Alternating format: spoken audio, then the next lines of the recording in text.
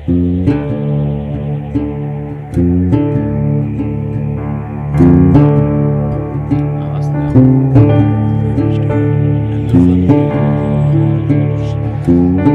guys, welcome to Layman's Terms Podcast, the place where we talk about really big topics using the smallest words possible. I'm Danny the bartender. And I'm Tommy the trash man. And together we're just two guys trying to explain the ever-changing world around us the only way that we know how. And today is our anniversary. Not technically on today, but we've been up and running for about a year. Yeah. So Tommy, happy 1 year podcast birthday anniversary. Yeah, dude, it's exciting. I'm actually, you know what, dude, I'm very proud that we stuck this out. And obviously you want to see, I would love to be fucking battling with Joe Rogan or some of these guys, but it's small steps, man. And I think what we've been able to do, and again, just sticking with it, obviously lately it's been a little bit more complicated with work, but I'm proud of it, man. And kudos to you. And I think, for all the people that listen, I think it's important to know that, you are the major brains behind this, as far as, the computer brains. The computer brains. So Danny's the guy, the techie guy. Yeah, so you got to give credit where credit's due. Danny's the tech, and Danny is responsible for all that good stuff. So, and now it's raining cats and dogs. Yeah, what the fuck? I hope it's not interfering. Well, so if you guys can hear some sound effects, that's it's raining. You'll probably hear my dog moan a little bit because she won't leave my side now because I'm dealing with some thunderstorms up here. Yeah, that's just crazy, bro. Holy shit. But and what I'll say about it too, and I thought that's kind of where you were getting at when you were like, I'll give kudos to you too. But I thought you were going to say something else. I think the biggest thing for me with it is that like, even if it's even if we've been inconsistent, it's like, it's the one thing I've done where like never once am I like, oh man, it's just like, I know I'm doing it no matter whether I'm prepared or whatever. It's like we've been doing it for a year. You know what I mean? Yeah. And especially when you were saying, I'd like to be battling out with Joe Rogan or whatever, it's more to me where I'm impressed with myself is that like, I can't sit here and say of anything amazing. That's it's like the technicals of it and everything. I mean, we've definitely learned a lot and progressed a lot, but a lot of the progressions that we've had are these little things that we've changed of ourselves that I don't even know if people would understand what we focus on ourselves every week. And so, there is so much progression, but at the same time, it's like, I don't care, what our technicals are, what our stats are, whatever, although have increased and become better. And some weeks are better than others. It's like, regardless of if there's nobody listening, I'm doing it, Yeah, and as we continue to progress, there's little things like when I listen to an episode, initially when we first started, people were like, "Oh, you drop the F-bomb a lot," so I have to be aware that there was I would say this, that, and the other a lot. So people brought that to my attention, and I was like, all right, now I have to kind of switch that up and make sure that I'm not saying that. I notice, especially on the last podcast, I noticed that I say like a lot. So I have to try to make sure and be aware that I'm kind of filling in the gaps, not with the likes and and just the fillers, you know what I mean? So they're just, just little personal things that with time, we'll it's just things that you have to just continue to grow with and just work things out. You know what I'm saying? Oh, 100%, brother. Like even with what you were just saying right there, like, you know what I noticed with us too? Like, people are probably already fucking bored, but who cares? But what I've noticed is just like you were saying, how it's like, if you go back to episodes 1 and stuff like that, man, there were so many things like, even and right now I'm doing it. Like you say, you say, you say, not you, but us. And we say, I'll say like, in other words, or, you do a bunch of other things. And what I do think is funny though, is even though I think we've strongly progressed and you see it in some episodes, every once in a while, it shows you that you're definitely focused on it, because then there's been episodes that, were at the end, at the more towards the end of the year, where all of a sudden you find yourself letting your guard down because maybe you're tired or maybe you're whatever, and you can't believe that you gave the same performance as you did in episode 2.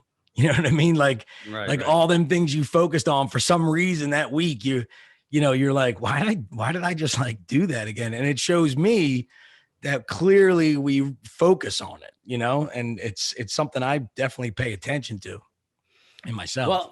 Well, and we're working men. I'm back. Bartending. I catered a job on Saturday. I bartended a bar mitzvah. So it's like, dude, we're busy. We're busy people. You know what I mean? So it's like you get tired, and it shows sometimes. Like even see, I keep noticing but even now. So I worked all day, had to go to the bar, got stuck in a monsoon coming here. You know what I mean? I'm rushing around, but it was important to get this episode out because we've been kind of slacking. Like I guess it's been about 2 weeks or so, or about that, whatever it is. So I was like, I don't care. We might struggle, but I'm like, we have to get something out. Well, I think that's the point too, is that what, we always say for the past like 4 weeks, we're like, oh, sorry, we've been slacking, whatever.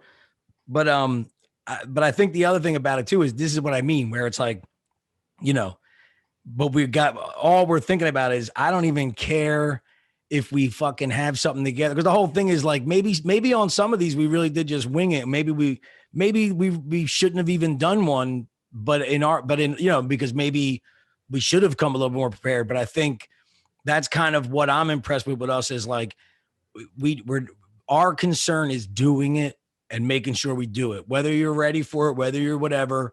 We're not the insecurities that maybe we would have had at another time. Our focus isn't on what we're going to be like, what we're going to sound like. It is, but when it comes to putting one out, it's like, well, whether you're fucking ready or not, we got to do one. You know what I mean? Right. And we're going to do one, which is pretty cool. But anyway, I guess enough about us. Yeah. And to our credit, there's been a lot of stuff going on, and I'm going to give us a little pat on the back because we had season 1, I think it was episode 7, our episode about hydroxychloroquine.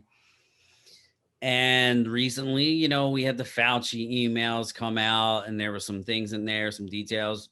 There was some other studies that kind of came out by Yahoo News. I saw study shows hydroxychloroquine and zinc treatments increased coronavirus survival rate by almost 3 times. And I was like, wait a minute. I know a bartender and a trash man that were saying, why the fuck would you want to censor anything about it? Now, we talked about that. And if you go back and listen to that episode, clearly we weren't saying that this is a cure. We were just saying, hey, like medicine is a revolving door. Things change.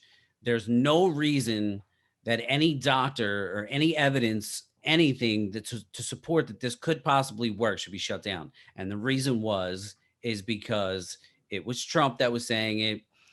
And the doctor that apparently, Dr. Stella Emanuel, I believe her name was, the demon semen doctor, because she was apparently right wing and all these things. Everybody wanted her to shut the hell up. And there was like this element of the Tea Party that somehow was involved. And it was like, who cares? Who cares where they stand politically? You know what I'm saying? Like if you care about saving lives, why are you worried about political votes and who's going to win? And that's what I mean. That's what I mean. And that's what got me so angry about people that at the time, when we released that episode, it was because I posted something and people kind of inboxed me and were like, you should really do your research, blah, blah, blah, blah, blah.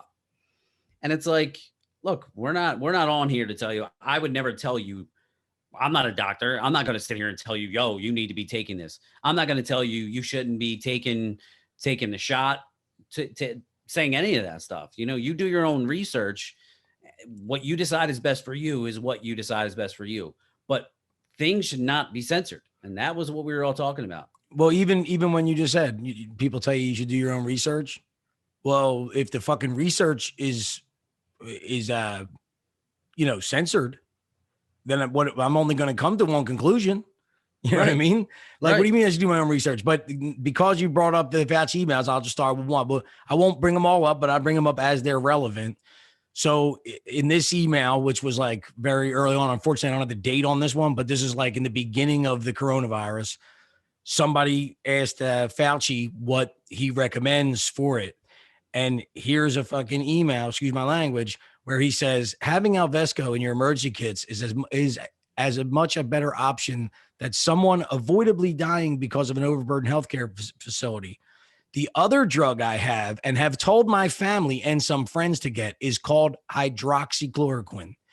Also seems to be effective and safe. So, Now, so like this is my thing. This is what I don't understand that keeps making me mad. Like, they're like, I personally think that it's not about us saying that we're right. No, but I'm not sitting here saying we were right about hydroxychloroquine. I don't know shit about hydroxychloroquine. What I know is that I'm starting to see a pattern of things where, you start speaking about something, you get attacked. And honestly, this is kind of even what goes back to where I've become politically. I've noticed over and over again that the thing that people attack is usually turns out to be not what it was being attacked for, And here you have the guy who's the head of disease control for the United States, the guy who's the pandemic expert, and he is speaking out against hydroxychloroquine, yet telling his family and friends to get it. And someone could say to me, well, maybe something changed or blah, blah, blah. But what I'm getting at is if nothing is definitive, you can't take a definitive stance. You know what I mean? Like, and this is what is kind of cool, where I don't want to get, and I didn't come prepared to get this detailed because I don't want to. But if anybody's interested in some of these email things, what the thing is you can look at his email and then you can look at what he said. So it's not just that he said this about his friends and family, but it's like a day later, he said negative things about hydroxychloroquine. So, and then I think if you really want to go down the rabbit hole, the thing that I think is more amazing about the fact that like you would say to yourself, well, why would he cover up hydroxychloroquine? And then you would think that in some way it's because of politics. But what I'm starting to learn about Fauci is he's got some personal investment. Now, I'm not talking about money. I'm talking about, some of his career on the line, some of his past research that he's fought for is on the line. And so what I learned is that, and I'm not saying that this is what happened, but if I say these two things to you, Tom, you tell me how you feel about it. The only reason why we're allowed to have an emergency vaccine approved as an emergency, the only way that you can get a vaccine to be approved as an emergency is if you don't have an effective treatment for the disease. So not even saying that hydroxychloroquine was ever proven at this time to be a treatment, but it clearly, if you want to push the vaccine and you want that emergency approval, it would be in your best interest to downplay anything that emerged as a possible treatment, Right. And so where does that go? I don't know, but the thing I've read and I do agree with is apparently this gain of function research thing is so it's so critical to funding, right? So if you're a school, if you're whatever, and you're getting funding, if we were to decide right now that gain of function research, Right. if we were to find out, if basically what's going on is you got Anthony Fauci, who is basically almost like a spokesman for gain of function research. And right now, all these big top doctors are spokesmen for gain of function research because that's where a lot of funding, like there's a lot of people interested and a lot of money comes in. If something was to happen and to prove that gain of function research is unnecessary and should not continue, there's a lot of scientists who will lose credibility and funding. And so what people are starting, if you watch some of the more detailed breakdowns of what's going on, what it looks like to people is that they've hid a lot of things because it was just in there's definitely a reason why they may have, like, and again, this even goes into censoring stuff. I'm not saying that's what they're doing, but we weren't even allowed to have our own conversation about the possibility of, what's going on, whatever. We were supposed to just listen to them, listen to the scientists, And so you look at that fucking email, and people were losing their Facebook accounts, and people were losing their YouTube accounts for saying that for bringing a doctor on who says that hydroxychloroquine is an effective treatment and it's safe. Meanwhile, months prior, the head of the Disease Control Center for the United States said the same thing, and we're basing all of what's true off of him, but he doesn't say that publicly and allows all of this censorship to go on. So it's really confusing to me, Well, and the thing about all that is the people that mocked us or anybody like us that spoke up about hydroxychloroquine, they also mocked people who were anti-mask. They also mocked people who were saying that this could have came from a lab. And all of which has recently come out. And now people are like, wait a minute, all of those things are very possible. Masks may not be as effective as you thought. Hydroxychloroquine could potentially work and has worked in some patients. And now the number one theory that this all started from a lab. So the whole thing about censoring and people wanting to do it and cheering people on for censoring because maybe they're affiliated with a political party, to me, is just mind-blowing. And it's extremely dangerous.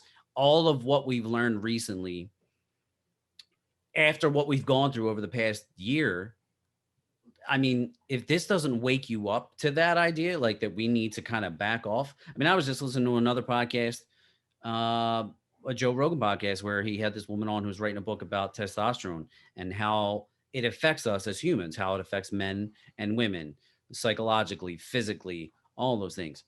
And there are things, and she's a teacher, a professor at Harvard.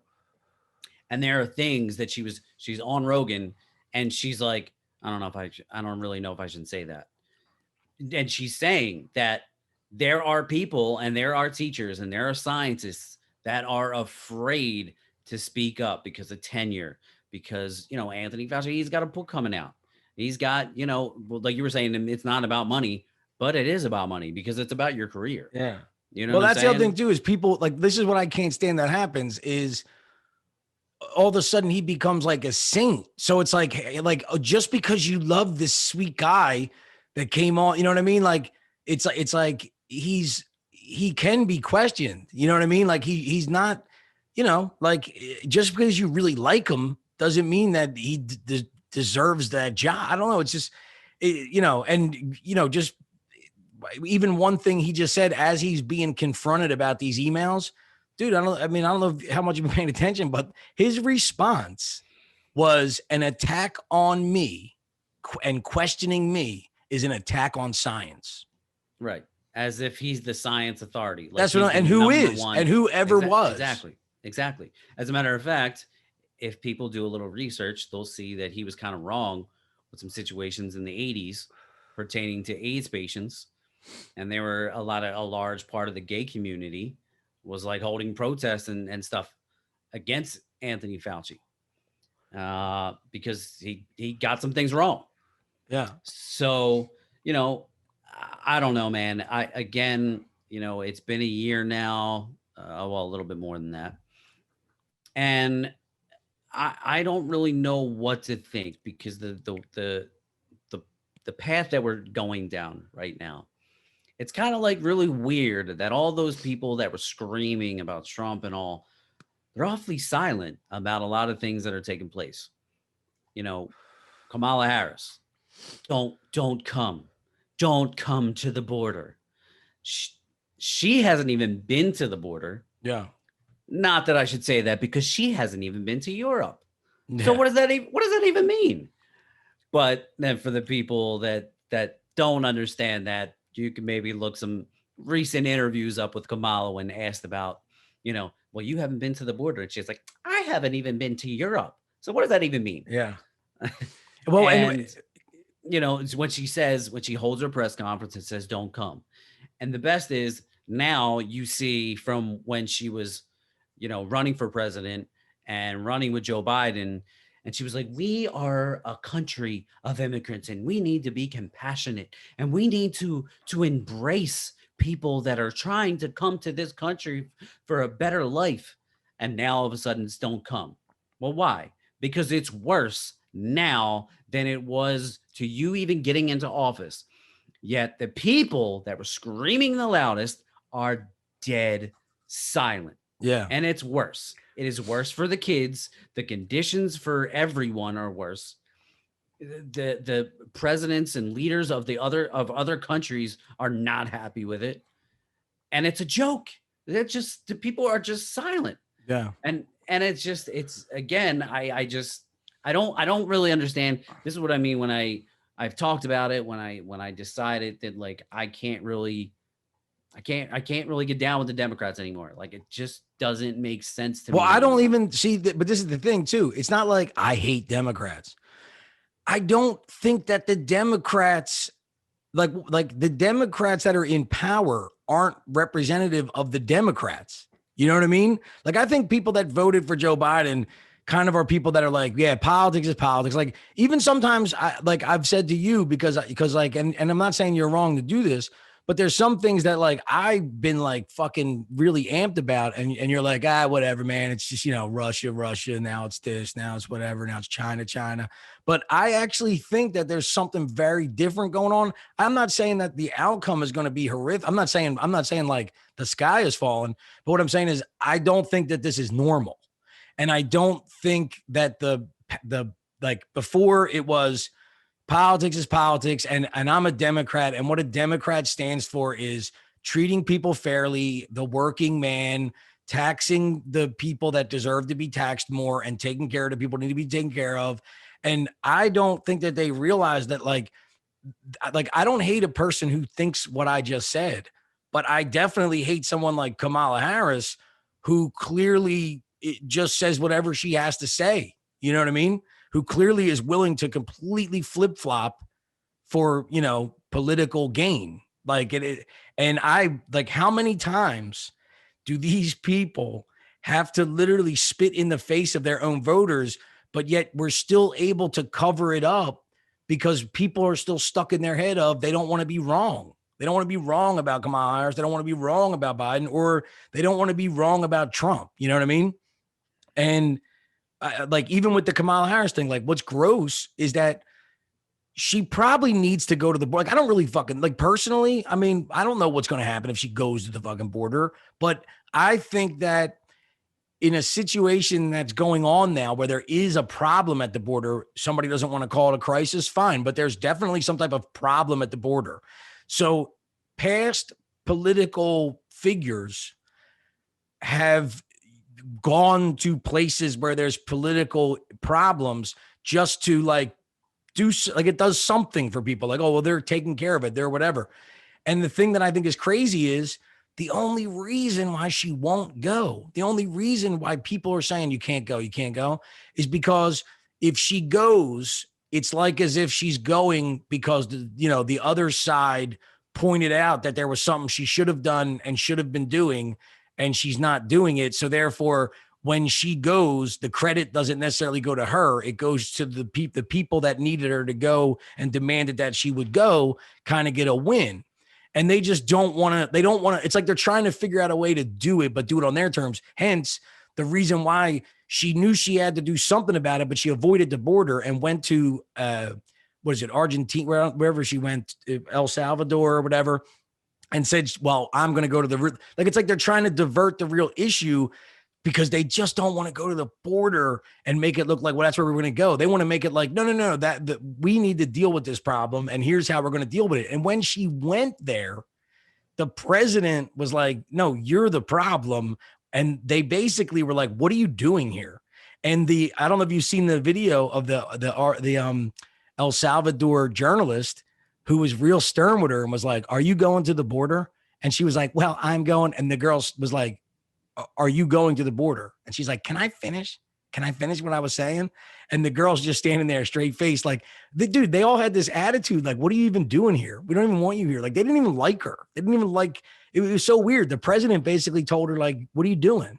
You know what I mean? And the president, which is something I said to you, the president himself said right in front of her, the minute you were screaming for everybody, the minute that you were saying, come to the border, the cartels showed up in our towns and started gathering up children to take to America, because what the cartels do, and they called them coyotes, which we're wrong when we do it. So you know what I mean? So basically, for people that maybe don't understand what that means, I'm not saying they went into a town and started taking kids, but what it is they utilize the children. That's why people are like, why are all these people being separated from their kids? Because it's not their kids. There's a loophole in our system where if you show up with a child, it's kind of like you get a 10 times more of an opportunity than you would if you just showed up as a 22-year-old man. So the cartels go in and tell these families, we'll take your kid to America. We'll take them for free. Who wants to come? They load up all these kids. And then you don't really know what their intentions are, what they're going to do. They're only using the kids to have an advantage themselves. And like, apparently there's all kinds of horrible things that happen to those children, you know, in that journey to across the border. And when we say that up here, we're crazy, whatever, but meanwhile, they go to the heart of it. And the president of that country is saying that this is what's happening and it's your fault to them. Oh yeah. Ugh. And people here still, let me clarify for my statement. I'm not attacking normal people that necessarily vote Democrat. Not fully, because I came to the realization once I started kind of like reading into things and looking a little bit more deep into the policies. You don't even have to look that deep to start to think, well, this doesn't really make sense. Yeah. You know what I'm saying? Like, it just doesn't, like, every single, I mean, we've talked about it even with police shootings and crime rates, every single topic and talking point that the Democrats have when it comes to racism racism among in policing and Black people being shot by and killed by police, every single crime statistic can be proven wrong and debunked by actual data. But people still think that cops are just murdering Black people by the thousands. And it's just not the case. I mean, I was just listening to somebody talk about it the other day, and he was like, over the past 30 years, 30 years plus, police shootings have been dropping every single year. But we push these narratives and then crime rates spike. We push the narrative that it's inhumane to have borders, and then people get all upset and they vote Democrat because they're the compassionate party, and then the border gets worse. It's the same thing with police. They get compassionate, they get so upset, and then they defund the police, and then the police are in a negative light, and then things are getting worse. That's why you're seeing crime rates throughout major Democratic cities skyrocket. And it's like, what you think you're helping, but you're not. And if you just look at some of the data, it's there right for you to read. So I don't understand how people, I mean, other than, it's one other thing that you mentioned, that people think it's kind of like a personal attack, and people are so wrapped up in their own identity. You know what I mean? That like, oh, I'm super liberal. Like I'm educated liberal. I'm this, that, and the other. So if you start to question them on those ideas, then it's a question on who they are as a person. And I don't know, like I lean more right nowadays, but that doesn't define who I am. You know what I mean? Like on an everyday basis, like I'm a good person. I like football. You know what I mean? I like theater. I like going to do things with my friends. Like that doesn't define me as a person. Well, I also think a big part of what defines me and you as a person is the fact that, like, in other words, it's weird because it's like someone can be so latched on to the fear of like being wrong, right? So at the same time, I can't argue that they're wrong because I could understand if that's so important to you in some way. Like it's not necessarily like a bad trait that someone is very persistent in their values and their thoughts that they don't want to be wrong or something. But the thing is so when you latch onto it like that, I understand the what can come if you're proven wrong. But I actually value the fact that I'm always willing to change and take in new information. And I'm not afraid to, like, I'm not afraid to accept that maybe I was wrong about something because I actually value the fact that that's where a lot of my growth and experience comes from is, oh, I feel like you're just constantly learning that you're wrong. Like that's part of life. You Right. constantly learn that what you thought yesterday was wrong. And therefore you might not even be, you're it's like, I don't know what you're moving towards to be right, but you're not going to get anywhere if you just keep going in the wrong direction. And another thing that I was a big story. Well, I shouldn't even say a big story. I mean, it was a big story amongst conservatives. Like if you follow conservative influencers and maybe a little bit on the news. But in mainstream, predominantly left media, like it wasn't a big deal that Hunter Biden was back at it, baby. Like Oh, Joey's got to be looking at his son and like, dude, like every time something drops, he's got to be like, dude, what the fuck? Like, what the fuck are you doing? So Hunter had some text messages with his lawyer and he was dropping the N-word. Now, to be fair to Hunter, if you read over the text messages, when he calls them my NIGGA, you know what I mean? So it's not the hard ER. He's not referring to, and he's not referring to another black person. He's calling another white guy this.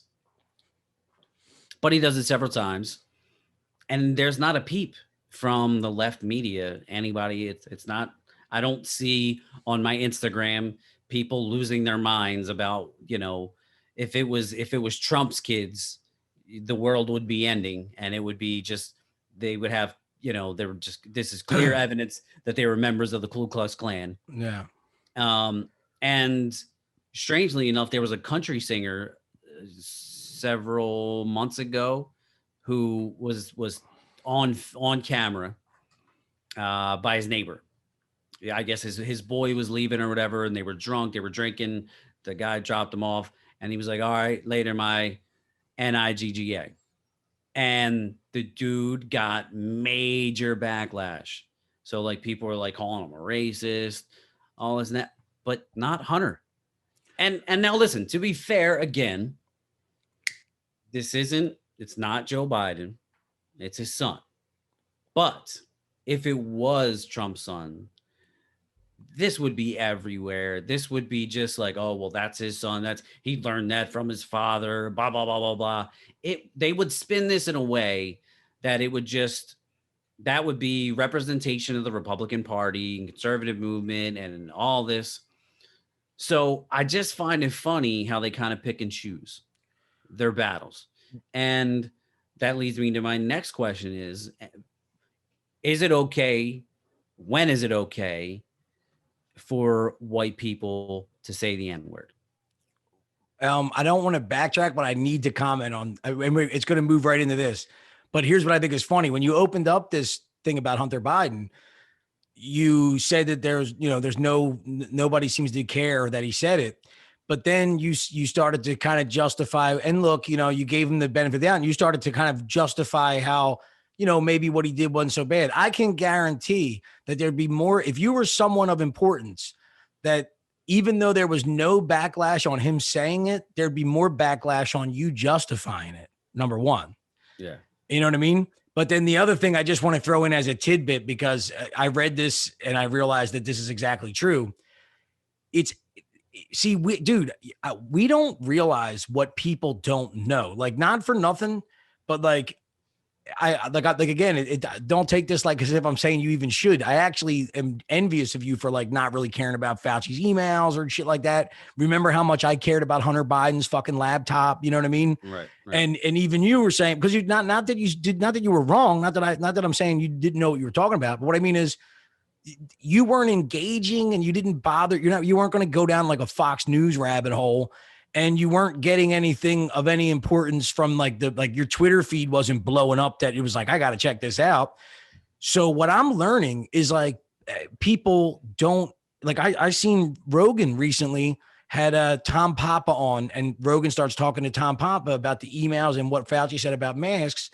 And Tom Papa's like arguing for Fauci, but he's like, oh, I didn't know. He said that. Well, maybe, something changed, but it's like, Tom Papa was playing the role of like, look, I mean, I'm not going to get involved in all this, whatever. But at the same time, it was like he never even knew anything about the emails and he wasn't concerned. So the reason why I bring that up is what someone has pointed out about the reason why there's no backlash about Hunter Biden saying that word is because we understand it because of the avenues that we're, or the circles that we're engaged in. But the mainstream media hasn't touched it. And the reason why they haven't touched it is not because they're trying to cover it up, what he did. But if they were to even so much as start talking about it, that would be them reiterating or, confirming that the laptop exists and it's real and it's his. You get what I'm saying? So if they were to have a discussion about this stuff that was pulled off his laptop, and have a conversation about whether it's right or wrong, they immediately are confirming that because people still think that laptop's fake. You know what I mean? Right. And so that I didn't want to take away from your conversation, but I feel like, before we move into back to what you said is when can white people say that word or whatever? I just felt like I needed to point out that I think that that's another form of like censorship where they won't talk. They're constantly so stuck on being right, and they don't want to be wrong, that people no longer become a source for information, and they're just constantly a group of people trying to protect themselves, and that nobody can learn anything or grow in this scenario like that. Well, one thing that you were just talking about, just to backtrack a little bit, I'm going to circle back to it. Mm-hmm. So you mentioned about Tom Papa and Joe Rogan and the discussion about the emails.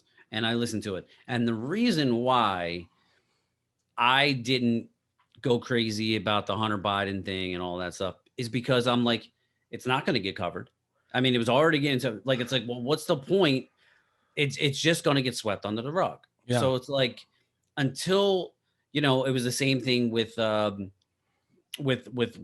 suppression of the voter suppression and all these votes that are lost and all. I'm like, dude, I'm not going to get crazy about it until there's a smoking gun that comes out, because there's just no point in getting worked up. Like, a lot of the talking points from some conservatives was, like, I don't even follow it, mainly is because it's not getting covered by the mainstream, like, media. It's not being talked about.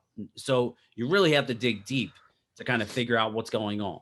And when you start digging deep, and this is the problem with people doing this, I want to trust CNN. I want to know that there's news sources I can trust. When you start digging deep, and you don't know if it's legit. You don't have a fucking clue.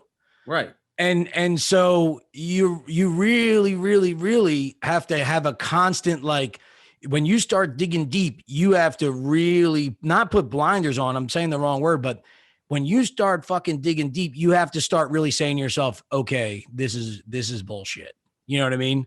Like, even though it solidifies what I'm kind of looking for, this is bullshit, And that's where we get into a crazy zone, because if nobody knows what to trust anymore, it's like you wouldn't know when somebody's telling the truth. You wouldn't know when you're reading something that's a lie. And when you're lost in that, I mean, it's kind of like it's like aliens going, 10 years ago. It's like when you're definitely being lied to, but you don't really know about what, you just create anything you want. You got people out there that claim to be experts, and they're telling you that there's fucking alien spaceships that are, and networks of aliens underground. And it's like, there's no evidence. I don't believe this person, but he seems to be having a good conference here, and people believe him, and he seems legit. Now, I don't buy into it, but what I mean is, when you're being lied to, you'll believe anything at some point, or some people will. Well, yes. And the reason why I think Tom Papa was trying to defend Fauci was because his emails were kind of the gun, but they weren't necessarily the smoking gun. Like, in other words, he didn't come out and write an email like, hey, there's no use for masks at all. They don't work. There was a little bit of Tom. There was a little bit of gray area. That's what Tom Papa. No. That's what Tom Papa. I've been waiting to. No, but this is. I'm not trying to argue with you. But what I'm saying is the reason why he said that, because I read the email. What's the email say? It said along the lines of, they work maybe in certain situations where somebody that's infected in spreading large droplets, but outside of that, store-bought masks and all are probably useless. But, and you I would say it's a little stronger than what you said. I'm not arguing with you, bro. But what I'm saying is, in the actual email, and when the discussion between Rogan and Tom Papa was, there was a little bit of gray. There's a little bit of gray area. Now, if he came out and wrote Danny Bender an email like, hey, dude, I'm just going to let you know, this is all bullshit. Masks don't work. That's the smoking gun to me. That's like, holy shit, that blows the doors off. There was a little bit of gray area in his email. Well, listen, the only reason why I brought up the Tom Papa thing, right, was not even to say that it's not that I disagree with what you're even saying, but Tom Papa never read any of the emails. That's the thing. And then right. Rogan started kind of saying that, well, he said that the mask, he said what you kind of said. And it's like, he's hearing it he's already been denying it. Then he's hearing it for the first time. And he's going like, yeah, well, maybe they did or didn't. And just so that, because I've had it up here. I wanted to read it an hour ago. I just want to read it real fast. On February 5th, he writes to somebody named Sylvia. It says it up there. Masks are really for infected people to prevent them from spreading infection to people who are not infected, rather than protecting uninfected people from acquiring the infection. The typical mask you buy in a drugstore is not really effective in keeping out the virus, which is small enough to pass through the material. It might, however, provide some slight benefit to keep out gross droplets if someone sneezes on you. I do not recommend that you wear a mask, particularly since you are going to a very low-risk location. Your instincts are correct. Money is best spent on medical countermeasures such as diagnostics and vaccines. So this is what he said on February 5th. The reason why that email is ridiculous is not because it ain't like someone could argue, well, it's better to wear a mask even if someone sneezes on you. What people are getting mad about is this dude is making every single human being wear a mask, and then they get vaccinated and he's wearing 2 masks, and he's arguing with Rand Paul that it's not theater. Right. And so the thing is, and even using this email at the bottom, when I say like there's some people out there that really, and I'm not talking about weird people, I'm talking about like Dan Bongino does a good job of it. And so did Tucker Carlson, where they actually like link a lot of shit together. And so when I was saying about how Fauci seems very geared towards the vaccine, and he's like pushing hydroxy away. And at the end of that email from somebody who was requesting, where am I supposed to be putting my energy? Like, it's another doctor. Like, where should I be putting my energy? Should I be telling people to wear a mask? What should I be spending money on? What should I be, whatever? And at the very end, he says, your instincts are correct. Money is best spent on medical countermeasures such as diagnostics and vaccines. So it doesn't mean that he's evil because he wants something on the vaccines, but if you got to remember there's 3,500 of these emails, and like, there's a lot of them are making him look like an idiot. And it just seems like at every turn, he's pushing the vaccine, downplaying shit that he has a personal, different personal opinion of. And he's very concerned with keeping everybody from blaming. Like, in other words, it's not that we ever knew or know now that that it came out of a lab and was made by a man, was man-made. We don't know that for sure, but this goes back to our whole conversation about what's wrong about it. As much as he knew that it was, like, in other words, as much as he knew that it wasn't man-made or was man-made, was as much as he knew that it came from nature. Yet, if you want to say, well, you can't say with the information he had that he knew it was man-made. Well, then therefore that gives him no justification to go out and say a day after he gets that email that it's probably almost 100% positive. It looks like it came from nature. You know what I'm saying? Like, he don't have the information to say that. And he's the day before getting from big scientists saying, hey, man, we've been looking at this and it really looks like it's very possible that it was engineered, as if because this thing would never show up in nature. And the next day he's dismissing completely the engineered thing. And again, it's like, I'm not saying that, look at Fauci, he did this. I'm not going down the rabbit hole of like he created a virus and he's selling vaccines. What I'm trying to say is, why were people being banned and ridiculed and called racist and xenophobes when they were saying this thing came from, like, in other words, there's no information that we've really broken down to find out what happened with this as it was. But immediately they started pushing the other conversation and censoring it. And there was no information at that time for Fauci to definitively say anything, yet he totally debunked the lab theory without having that information. And people that were still investigating the lab theory became Bigfoot searchers, you know? Well, I mean, and this is, well, I feel like we're kind of skipping some of the topics but yeah, I want to go back. I know, I'm sorry, but no, it's all good. But to that, I'll just say, I don't understand why people have so much faith in these institutions when there are millions and millions and billions of dollars in some situations invested into this research, into the vaccines. There's people's careers that are on the line. So they're not going to come right out and be like, oh yeah, we fucked up. Yeah, it's our fault. Sorry.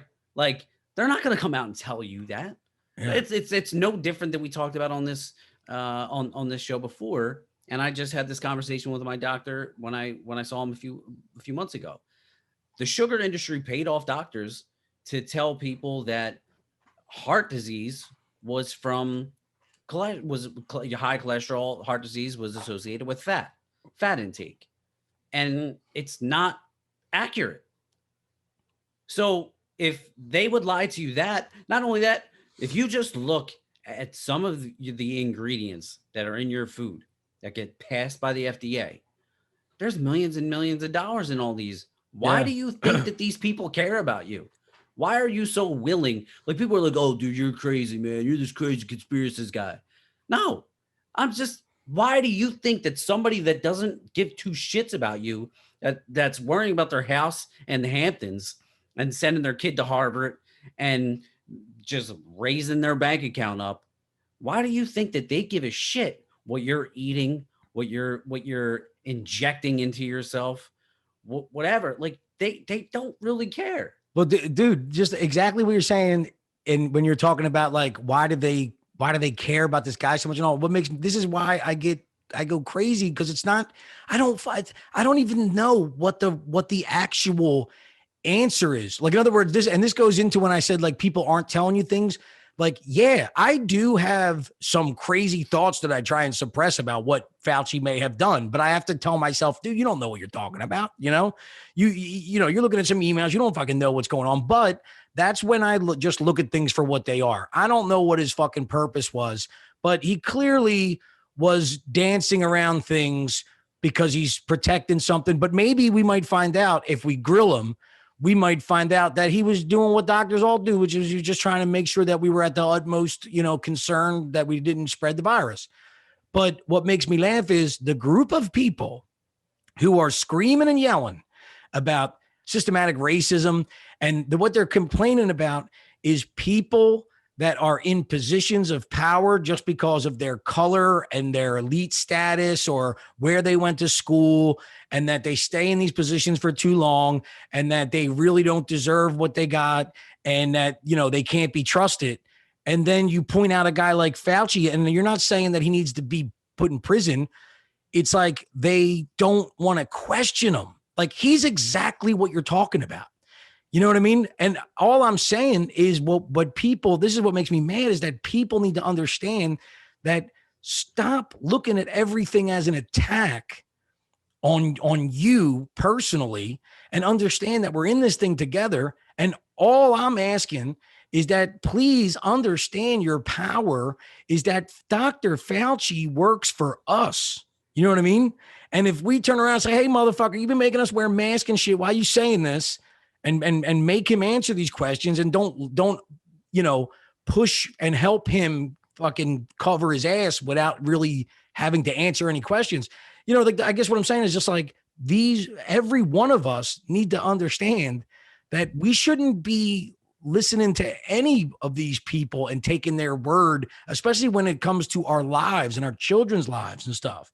Like, this guy is not a saint. He is a guy who cares about money, cares about writing his book, cares about his legacy. And this guy needs to be held accountable. And in the end, we may be very wrong about him, but we're never going to get there if a question against him is just like a guy who doesn't wear a mask, is just like a deplorable. But that's what they've done with everything. Is like, it's like they design it in a way where, oh, if you're questioning Dr. Fauci, you're one of them. Like, how many in this year that we've done this podcast, how many situations have arrived where it was, if you were on one or other side of a kind of insignificant thing, you were immediately outed as something. And that's where the fear comes out. Like, I don't want to start questioning Dr. Fauci in front of people, because then I'm this person. I don't want to say I don't want to wear a mask, because then I'm this person. I don't want to really say how I feel about Hunter Biden, because then I'm this person. There's so many things that it's what an easy way for the media and the government to control things. If they put a certain stigma on it, they're protected. So, So, and again, we go back to people being protected, and we go back to Hunter, and the laptop was protected. The text messages dropping the N-word is protected. And again, going back to my question, is it okay for white people to say the N-word? Now, I'm sure that everybody's reaction is no. I mean, now with the Hunter thing, like I was saying, I was in his defense was intent, right? So his intent was the same as the country singer that I was using the example of. He was using it as a term of endearment. And why I say that is because, as somebody that has listened to hip hop as long as I can remember, that is the description and the way we determine the difference between NIGGA and NIGGER. You know what I mean? And obviously the way you intend it to somebody, you know what I mean? And with the Hunter thing, it's just amazing to me that, again, I don't think that it's not like he called a black person that, you know what I mean? But I think it's very hypocritical, again, that the left is not saying really anything about it. It's not a big deal to them. Whereas if it was Trump's kids, it would be everywhere. And it's when we talk about, race in this country and a lot of the issues that we have.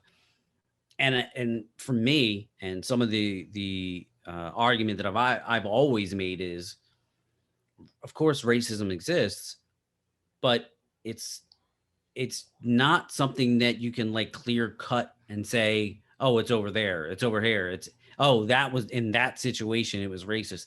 It's always very hard to determine, because depending on the person that does it and the person that it happens to, it's up to them what the intent was, right? So when I ask that question, this is something, you know, Adam Calhoun is a rapper that has a song called Racism. Throughout the song, he drops the ER, the hard word. And he says it, and it's kind of like a play. Like when he starts off the song, he starts off, hillbillies and rednecks and the stereotypes that are associated with different types of white people, right? Then he goes on in the next couple of verses to go by what people will call NIGGER, and then just hardworking black people and the stereotypes that are associated with those different classes of people, right? Now, I love reaction videos. I watch them all the time on YouTube. I only came across this song because of reaction videos. What is it called, Tom? I'm going to play it with It, no volume so I can kind of watch too as you do it. it's called Racism by Adam Calhoun.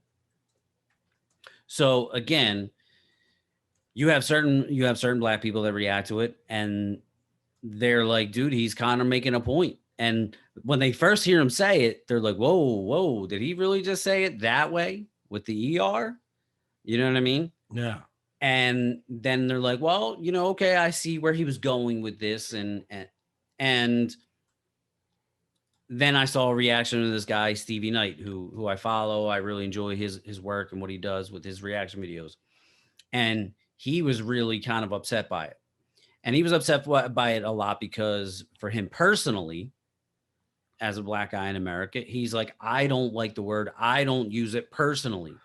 Like he's a huge fan of hip hop, and he understands how it's kind of like intertwined in hip hop culture and the differences between the words. But he's like, I just don't use it. Me personally, I don't use it at all. So he was kind of like really, really taken back by it. And watching his reaction, it was kind of like you could see like he was just like flustered and just didn't really know what to say. So him and Adam Calhoun had a FaceTime, and they talked it out. And Adam Calhoun was like, look, man, like I grew up around black people. I did hard time in jail with like, Hispanics, whites, blacks, like hardcore gangsters.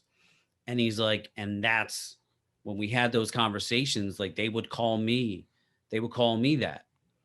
So he's like, when I say it, it's just kind of like how I was kind of like brought up. And he's like, now I don't go around saying it to just anybody. It's kind of like when I say it, it's my group of people. You know what I mean? And that's where it's interesting because like, look, I'm speaking as a guy that has loved hip hop and has listened to it. I've when I'm singing rap lyrics, like I've said it, and it's like, but then like if I'm around like a black person and black friends, like I feel weird. You know what I mean? So it's kind of like complicated because it's like, uh, is it offensive? Like it's such a weird dynamic, and it's not even something that like it's not even something that you like want to say. You know what I mean? It's just it's in your favorite Biggie song, and you're rapping it, and it's just like it is what it is. That's part Yeah. of the lyrics. That's part of the song. It's Jay-Z, like you know what I mean? Like it is what it is. But there are some people that will get offended, and there are some people that won't. This kind of adds to this narrative that there's all this racism because some people might hear that. I'll give you an example. So Jay-Z and Kanye West have a song called Niggas in Paris, right? You So just said it, dude. while I'm saying it in context of this story. I'm joking, bro. I know. So maybe somebody will get offended by that. I don't know, but I'm saying it in context of what, because years ago that song came out years ago, right? Well, Gwen Paltrow tweeted that song, and she was like, "Real niggas in paradise or in Paris," because she was with Jay Z and all this in Paris, and there was backlash to that. Jay-Z, I think, came out and defended her because they're friends and all. But I could see how maybe that would be offensive to some people. And this is what I mean. It's so complicated. Like it's so like even me saying it, like it doesn't feel right. But I'm trying to tell the story and like how this all played out, and it's a name of a song. So it's like it's complicated. Well, just even referring to you just saying it, here's the thing. It's a guttural reaction. Well, here's the other thing though, too. Like the way it was said the two times you just said it. Personally, like in other words, let's just say somebody was to say to you, like, "Yo, man, don't say that," right? And then maybe moving forward, even though maybe whatever kind of interaction you had for even though like what I'm trying to say is I personally would defend you or anyone in the situation it was just said. It seems though that as the thing kind of grows out of context, the conversation becomes you can't say it. And this person said it. The context goes away. But like you said, I mean, how else? What are you supposed to call the song? Are you? And it's like, are you not allowed to refer to the song? But yeah, like what Danny? What song was that was just on? And you're like, I don't know the name. But another thing too, which I think is a weird way to describe it, but I've had this conversation with somebody before because I know an individual who says things that are really abrasive, and but then I also can't believe he gets away with them, Right. And what I started to realize is, how they say like humans and animals, like a dog, for example, can smell fear or smell like, or kind of, not that they smell it, but they understand like something that some little mannerism you're doing, you're fearful. You know what I mean? Right. So what I think happens in the world is there are people out there that say things and the way they handle them. It's like when Jerry Seinfeld talks about when he's always attacked about like not having black people on the show or something like that. And he's like, dude, whenever I get asked that question, like he's looking at the person like, why are you asking me that? And he's like, listen, when I pick a comedian, I pick a comedian that I like and they're funny. I don't pick them because of their gender, because of their whatever. And I do have black friends and black comedians, and maybe there could have been more on my show, but there wasn't. Why wasn't there? It has nothing to do with race. It has to do with just some kind of way that we selected a comedian at that time. And then he just dismisses the argument. And people have referred to the way Jerry Seinfeld has always handled that argument to also the way that he's never, ever had major pushback because of it. So I think that when you go to sing that, like you're like, see how you're saying, because I know it too. I feel it. It's like when you're singing that song and you get to that word and you're in a group of people and you like think about how they do it in movies. If they're doing it like it's a joke, the guy like kind of goes to say it and then kind of starts to cower away in a sense, but still kind of says it. It's almost like he said it scared, so they pounce on you. You know what I mean? Think of that now. You're talking about this guy. I don't want to get too deep in some of this, but I would say that one of the things that make this word a very difficult thing to manage is I think with race and the way people feel about race, like you said, this guy went to jail, and it was a very different environment. So even though this guy did something in his life where he had amassed into a culture where he could use that word on a daily basis around people who may normally be offended by it, but for some reason he has earned some type of rite of passage to use it. The problem with the word is, and the reason why I stay away from it completely, is because no matter what, it doesn't carry over. You know what I'm saying? Oh, no, absolutely. Yeah. So like it never carries over. Like it isn't like, well, this guy's been working in the bar for 20 years, so he must be a bartender. You know what I mean? Or whatever. It isn't like other things in your life that carry over. What it is you can take a guy right out of the one hood in Atlanta and put him in a hood in New York. And if he walks in that hood using the N-word, he could be, perplexed at the fact that like he's under attack because, hey man, I've earned this right. but it doesn't ever carry over. And to go back to the guy you were saying, and you know, something I didn't think about last time we talked about this, but it's a perfect example. And then I'll hand it back over to you that I thought about is, so think about how tricky the word is, right? We're focused on a black guy who has already said he doesn't even like when black people say it, right? So he's offended when black people say it, okay? So this guy is really in a weird spot because now he's like, this is not right, because he believes that that word should not be said by anyone, you know? So he actually has, like, in other words, just as much as we don't know whether we could say that the name of the song, he doesn't like the name of the song. You know what I mean? Right. So here's the thing I'm saying is we don't know who we can say that in front of. And people don't even know, like, in other words, a black guy doesn't know when he's going to say it and piss off a black guy. You know what I'm saying? So in other words, think about the dynamics of that word is it really is so much somebody's like I don't know, like, I don't want to say personal preference, but it's so personal to certain people that for me, I never been in prison. I never earned the right to say the word. I have had friends that in certain situations I've gotten away, not, but see, this is where I think it gets tricky too. I'm going to use a word like I've gotten away. That sounds like I want to say it and I was able to say it. Right. No, but what I mean is, see, I think that's what I mean. I think that's the thing that opens you up. That's the fear thing where you start encountering it like that. And I don't think that any of us are really that great at, like, if I had to really explain to a black man why I should be able to say that word, I don't think I'd be able to really intelligently say it in the right way where I wouldn't offend them or whatever.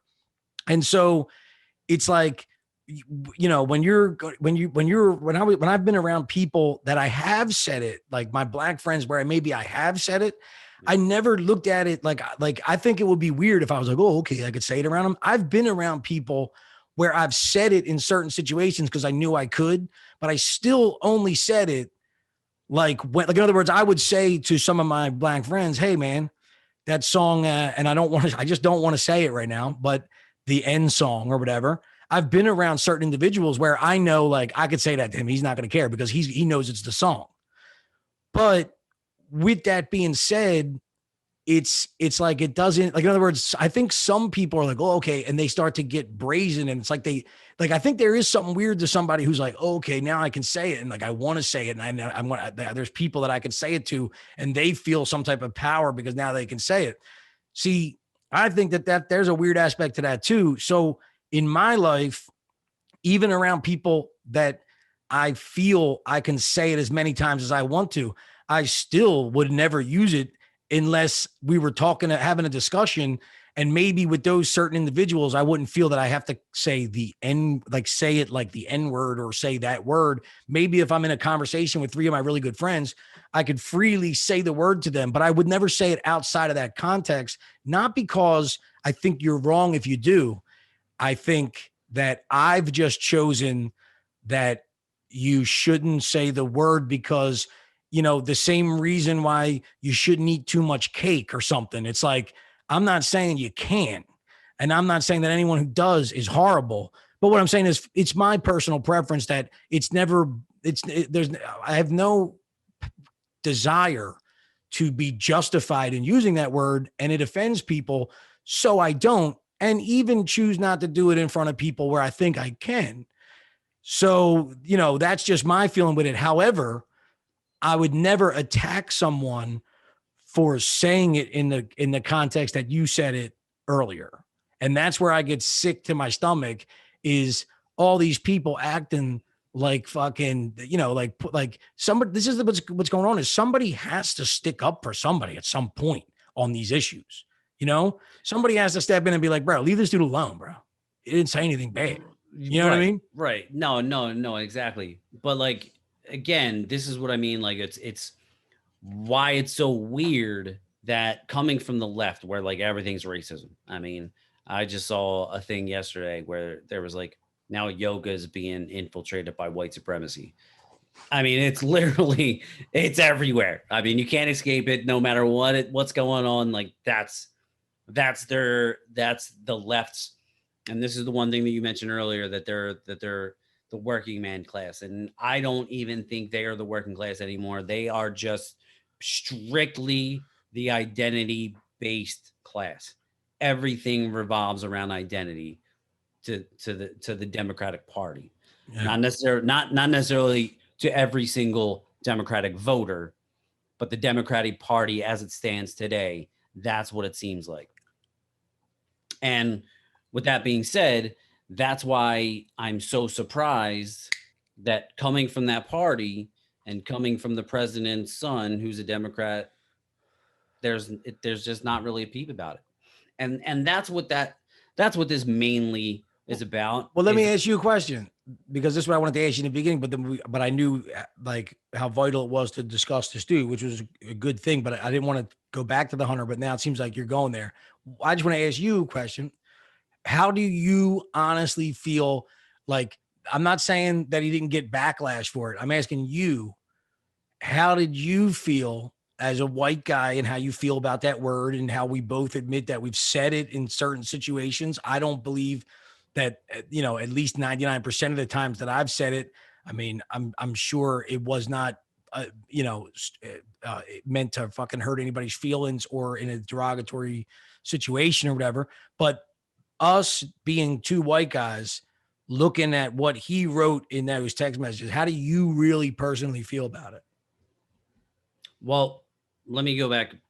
There's two parts to that question. I'll tell you how I read.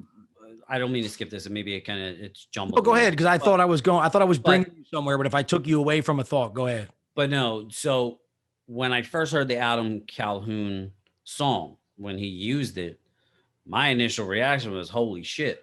Yeah, like he just went there, and I was like, "Dude, that's pretty fucking ballsy." And then I was like, "Where is he trying to go?" Especially the way he looks, and he's like, I'm looking. Yeah, you know what I mean? So I was like, oh shit. And like it made me uncomfortable because I'm like, oh damn, like this could be. That's why I was very curious to see some reaction videos and to see how other people reacted to it. But now with the Hunter Biden thing, look, the way we grew up, right? We grew up in the city.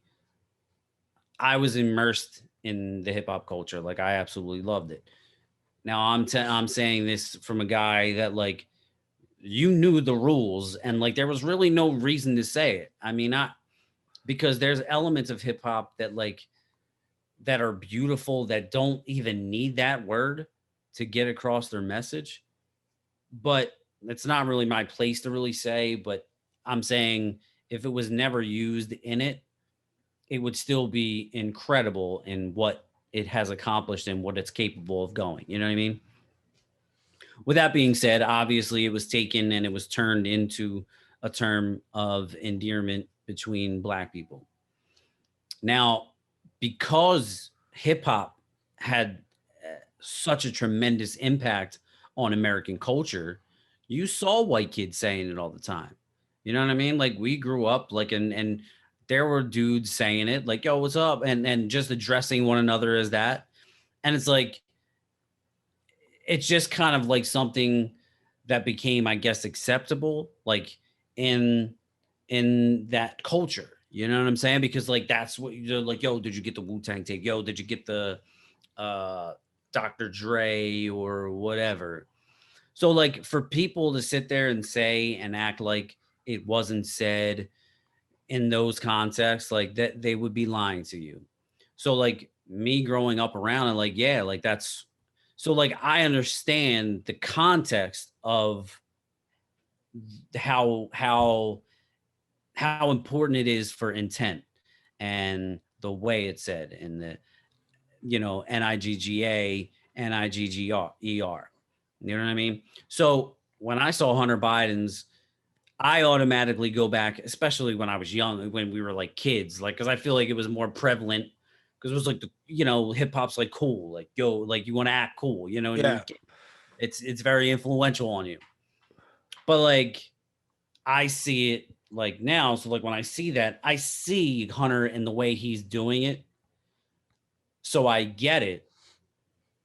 But I also, in the climate that we're in today, and considering that your father says white supremacy is everywhere, it's ruining this whole country, it's the worst thing ever, for that to come from his son and and not be a big story.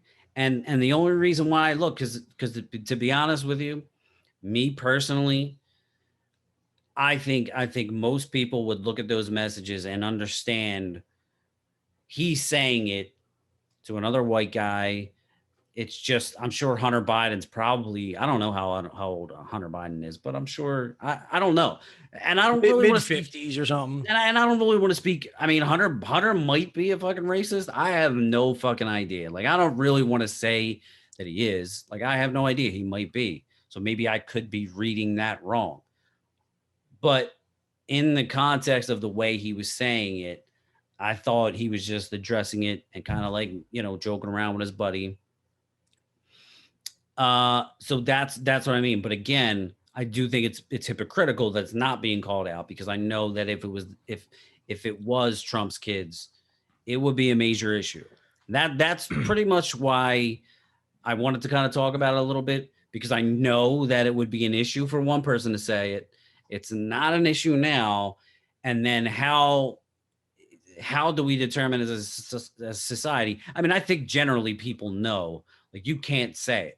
You know what I mean? Yeah. Like, and there's really no desire. Like, I don't even know why. Like, there's really no desire to even say it or use it. You know what I mean? Other than, like I said earlier, like when you're rapping along with your favorite artist or whatever, Yeah. and you're just like in your car and you're just singing rap lyrics, whatever. Well, Yeah. I'll say this too, like, to use I think this conversation, it shows the trouble that we have trying to have conversations on here sometimes. And it's a perfect example of what I want people to understand, what our kind of like intent is, and what we mean when we're saying, like, like, here's the thing. We're trying to discuss this word, and it is, like, in other words, it isn't that, like, the funny part is, in the way we've started to discuss it at times, you may think that we're, like, in other words, if I'm defending saying it, you may then think that I'm defending saying it. Like, in other words, like, as if I'm somebody who's trying to defend saying it. No, but see, what I think that me and you like to do, and it's where people don't understand maybe sometimes certain things, is, look, we're not, it ain't like we're going home after this and being like, man, let's discuss this. We can't wait because we want to talk about it. No, the thing is there is, even though I don't really care about the word and don't really, like, my real opinion is I don't use it and I don't like to. And, but at the same time, if you're going to present me with a, what do you like? Let's have a discussion. So it's kind of like, I guess what I'm saying is, these aren't things where me and Tommy are fucking going crazy because we're so mad because somebody gets to use the N-word and we don't, or something. It's that we are willing to engage in topics no matter how, how much they mean to us or don't. There's always a deeper discussion to be had. And, it's like you can get in these tricky areas where it's like, am I defending this or whatever? But no, we're taking a situation and being as honest and as fair as we can about it, even with somebody that we don't like Hunter Biden.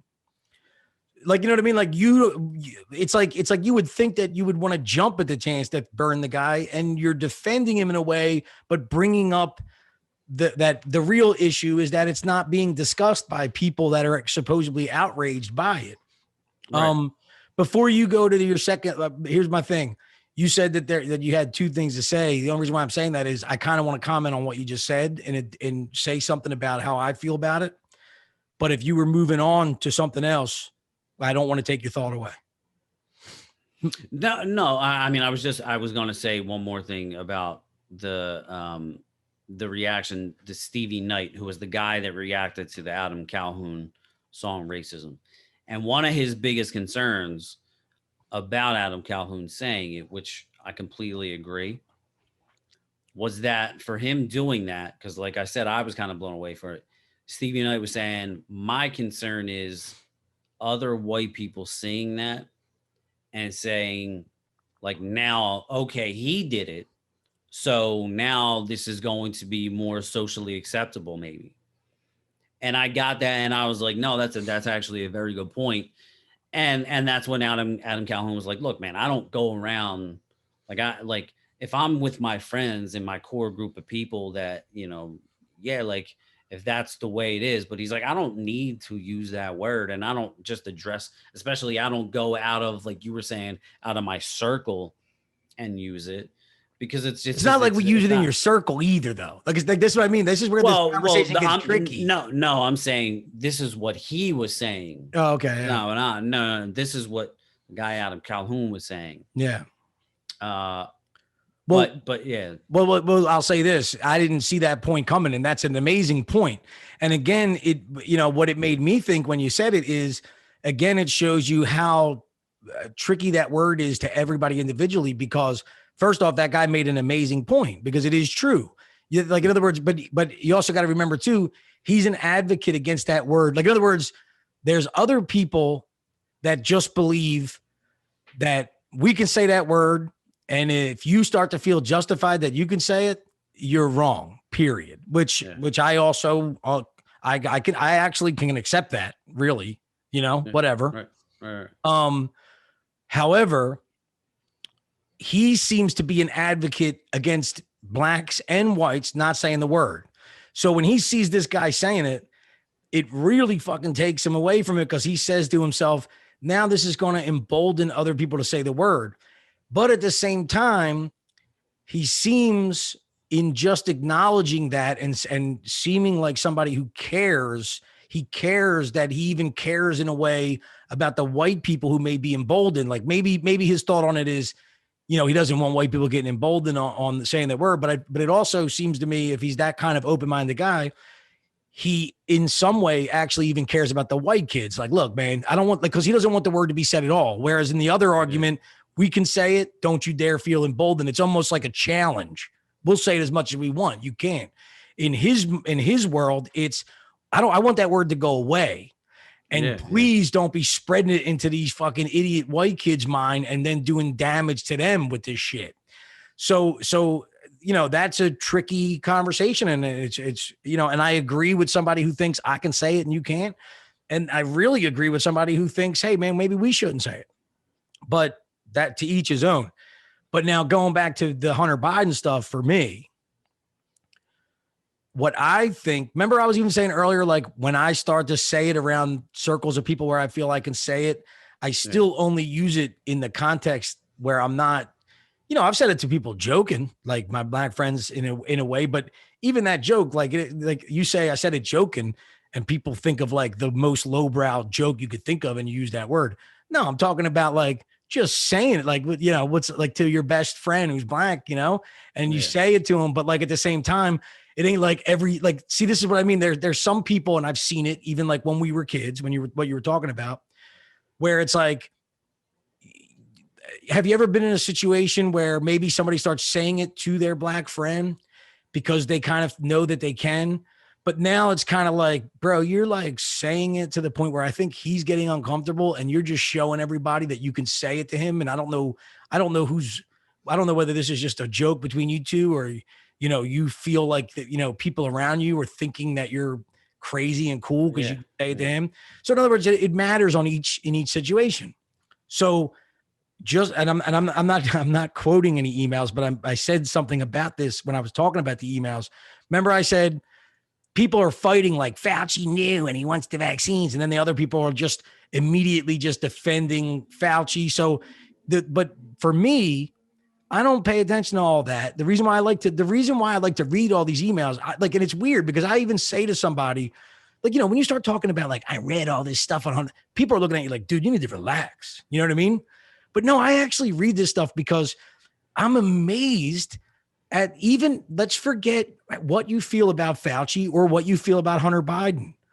It's like, there's a window that opened up into someone's actual personal life. Like if you could find notes that George Washington wrote to his wife during the war, where he might have said things that like seemed to be against what he had to do in war or something, it's interesting. You get an insight into this guy's personal mind. So I don't pay attention to the crazy shit people are telling me on the left and the crazy shit people are telling me on the right. But people put the stigma on you when you start saying, dude, I've been reading all these emails. But I read them because, dude, there's a guy, like, let's say he's a great guy. There's a guy who just had to control the worst pandemic. Like, I don't believe what I'm saying, but I'm just putting him on it. He had to control the world, and everybody hung on his word. And he was dissecting things in his personal life with his friends, with other scientists. But then he had to be a certain way for us. And it's an insight into who that person is. And then, like I said, I don't know what his intention was or whatever, but from what I've read, he seems to be concerned about pushing out a vaccine for whatever reason. Maybe he thinks that let's, like, he could be thinking, let's keep everybody's focus on the vaccine because they're going to get sidetracked with hydroxychloroquine. And I think we need to focus on the vaccine. So in some cases, I turned a blind eye to things, or I downplay something because I knew that we had to get a vaccine out. Like, that's okay. But I don't listen to the noise on each side, and I pay attention to the signal, and I just read it and I go, well, I don't really know what his intention is, but there are some things here that intrigue me. So going back to the Hunter Biden thing, everybody's so focused on he didn't get in trouble for saying it. And the left is already like fucking, pre whatever to us saying shit like that. Like, in other words, some Republican who you think is racist now telling you should be mad about somebody else. It's so easy to understand that that's actually not going to get anywhere because they're already looking at you like you're a racist, dude. And now you just think you got a one up on somebody else. So that would even naturally force the other people to kind of just downplay it and turn a blind eye, not even because it doesn't piss them off, but it ain't worth, fuel in the fire or whatever. Cause it's really not something that's a win for a Republican to push that Hunter Biden said it. And I do agree that then you open up this window of, like you're really just fighting about like you should be yelling. And then people start to say things like, it's not even Joe Biden, it's his kid. And so what? And I agree with that, but what I see in those text messages is what I get from it all is Hunter Biden clearly is fucking on some different fucking level as a human being. He's like a fucking idiot. Right. And he's using the word like so childishly and constantly. So in other words, when you were saying like I've said it or whatever, well, I thought about this when you were saying about how we would use that word when we go out. Maybe some people personally, and I'm not just saying this to defend myself. I know that I've said it, but I also don't know if I ever remember ever saying it's serious. I don't know if I know of kids that were in our neighborhood that maybe said it like it became how they wanted to talk to each other. I don't really remember being in an environment where it was like, yeah, what's up? Like you're saying it. But either way, regardless, it's like what the way I think about that word when you were using it in the context of us saying it in our neighborhood. When you go home to your mother, like, so in other words, it's language, right? So for someone to say that like there's something systematically racist about you, that you would use it in your circle or say it in your circle, but then not say it at home, right? Now, if you went outside and said, fuck you 20 times, but went home and said, I don't ever say that in front of my mom. Right. Does that mean that you're systematically a vulgar person, but you hide it from your mother?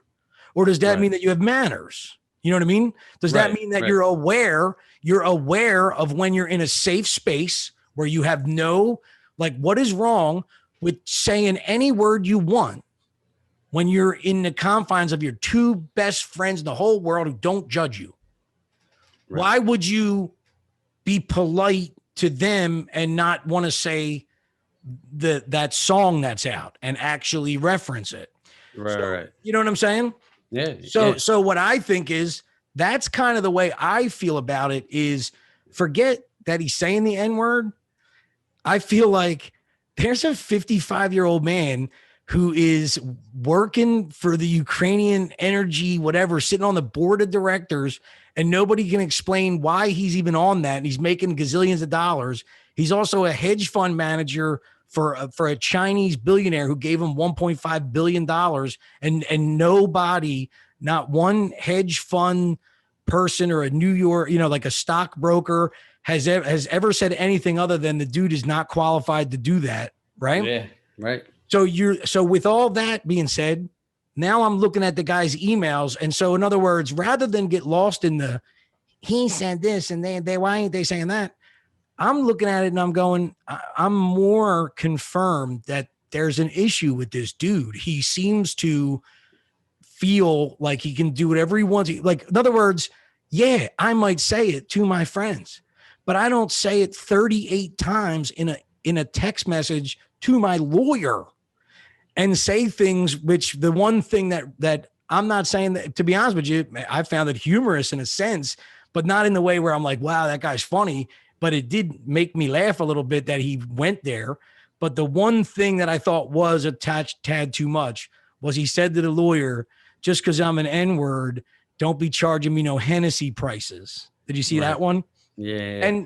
And so that's my thing with it, where the reason why I get engaged in like why, like if I say to you, dude, did you see those text messages?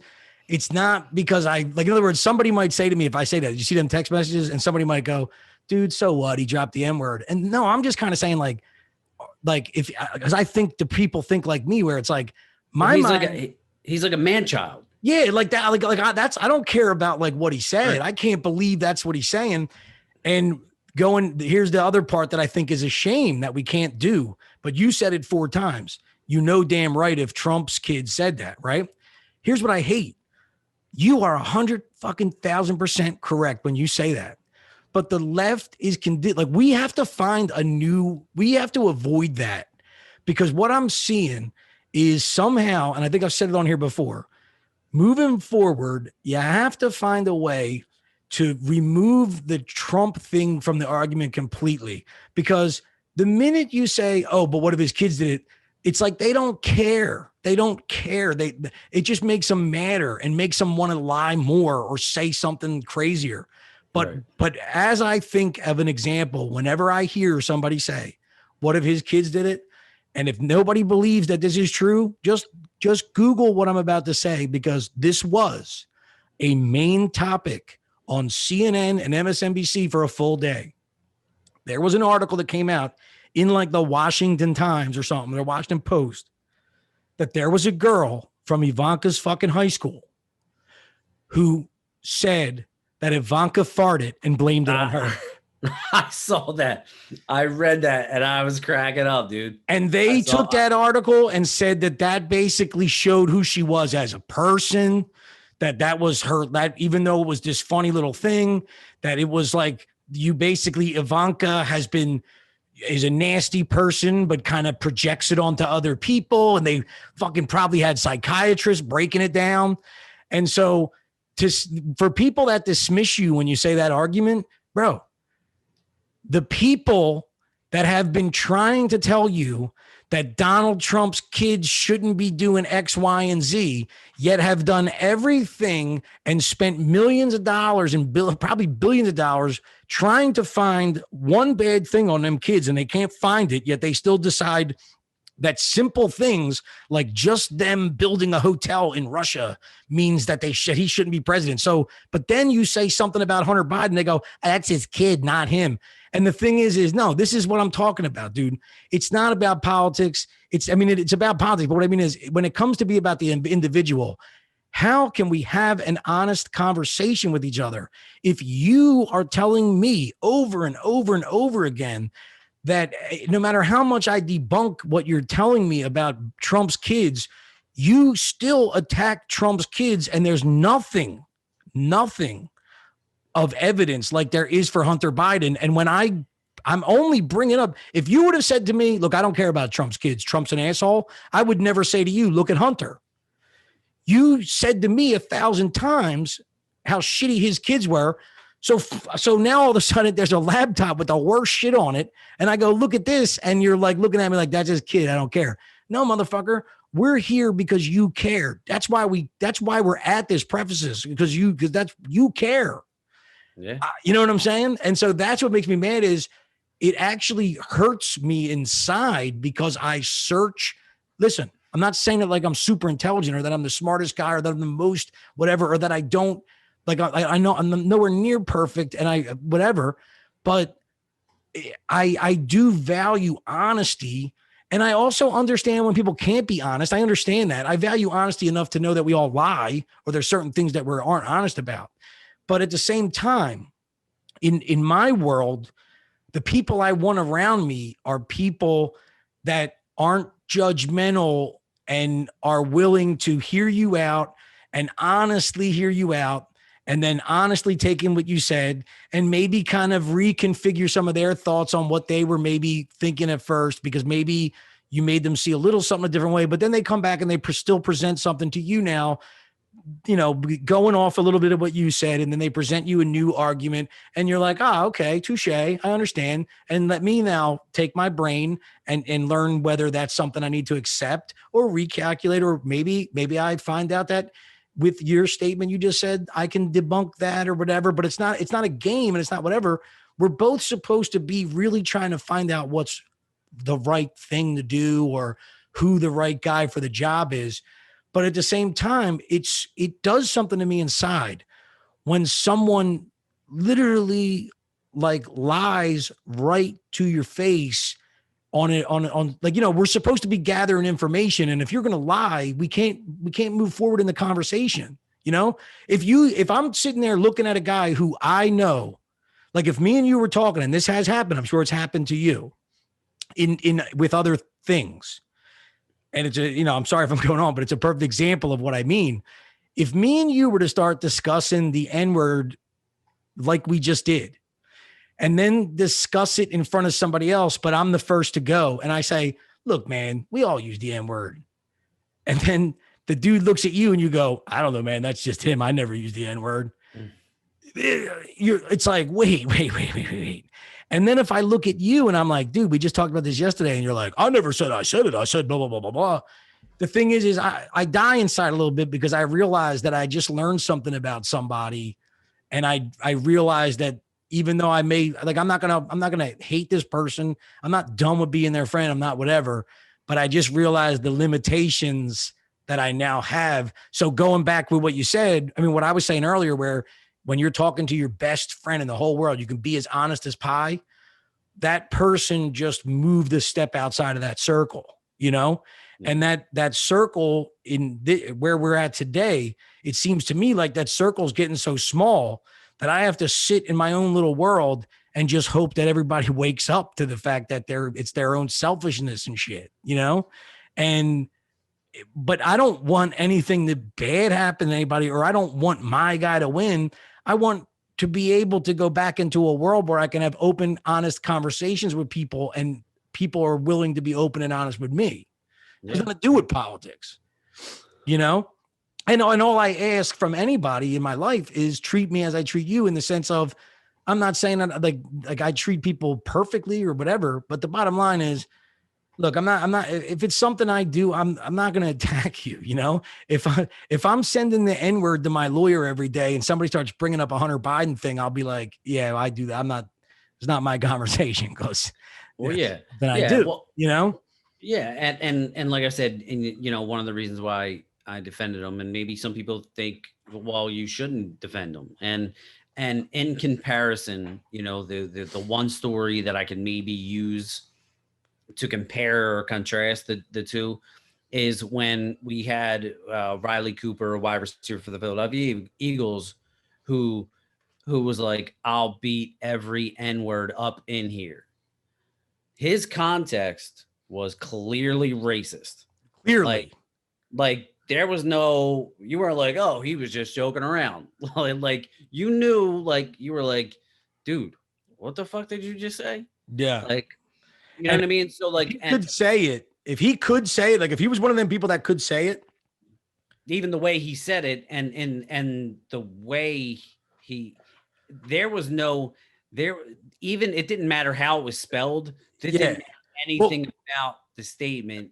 The statement itself, like he was just being a fucking an asshole. well, I was jumping the gun. What I was going to say is what I read somewhere, heard somewhere, and I don't know how much truth there is to it, but I believe it.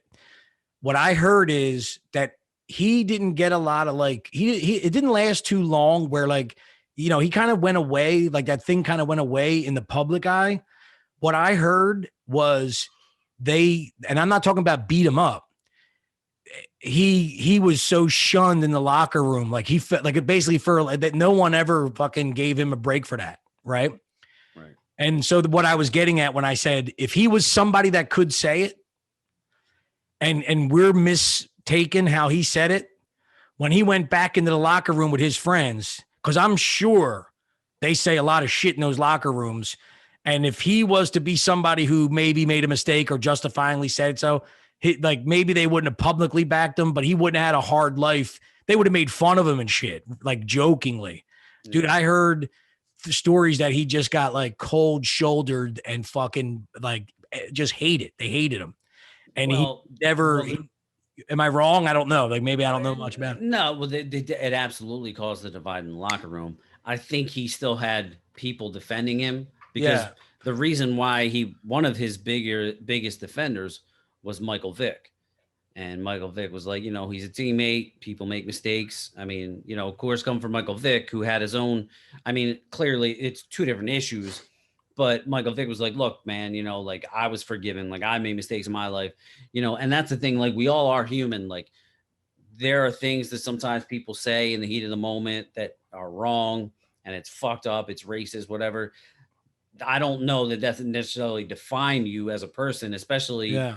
I mean, I can't really speak on Riley Cooper. I don't really know him, but like, it's one thing if you have like a history of like saying these things or doing certain things, but like you make an offhanded statement, like, because even Deion Sanders spoke on it one time and he was like, listen, man, I'm a black guy and I know I'd be a hypocrite if I didn't say that, me and my black friends, like we didn't say ignorant things towards white people, like when we're sitting in our house, you know what I mean? Yeah. And there was a white running back in the NFL who had a killer. I can't even remember the dude's name. He was on the Browns. He had a killer season one year. He was on the cover of Madden, and he put out during the interview, he told him, he's like, dude, I get called racist shit all the time. You know what I mean? Jeremy Lin was a Asian basketball player. They said hateful, racist shit to him. So like, this is another thing. What I mean when like people get real hypocritical when they say only racism goes one way. Racism is just ignorance. Yeah. That's all it is. It's being unaccepted. It's not accepting people that don't look like you, that you either think you're maybe better than or whatever. Well, remember, And every group of people is capable of it. You know what I'm saying? So like they want to, now the left of course wants to redefine all these definitions, and that's the only way it can make sense because they have to change the definitions. well, But this is even a perfect example using the Hunter Biden thing. Now, here's what I'll say. It's something I didn't think about, but this is something that you were kind of, I don't know where it came from this, but it's like, I'm not going to say that he's a horrible guy for saying it. I told you how I feel, what I seen from him saying it. But here's something where we start to blind ourselves because we just get caught in the fight.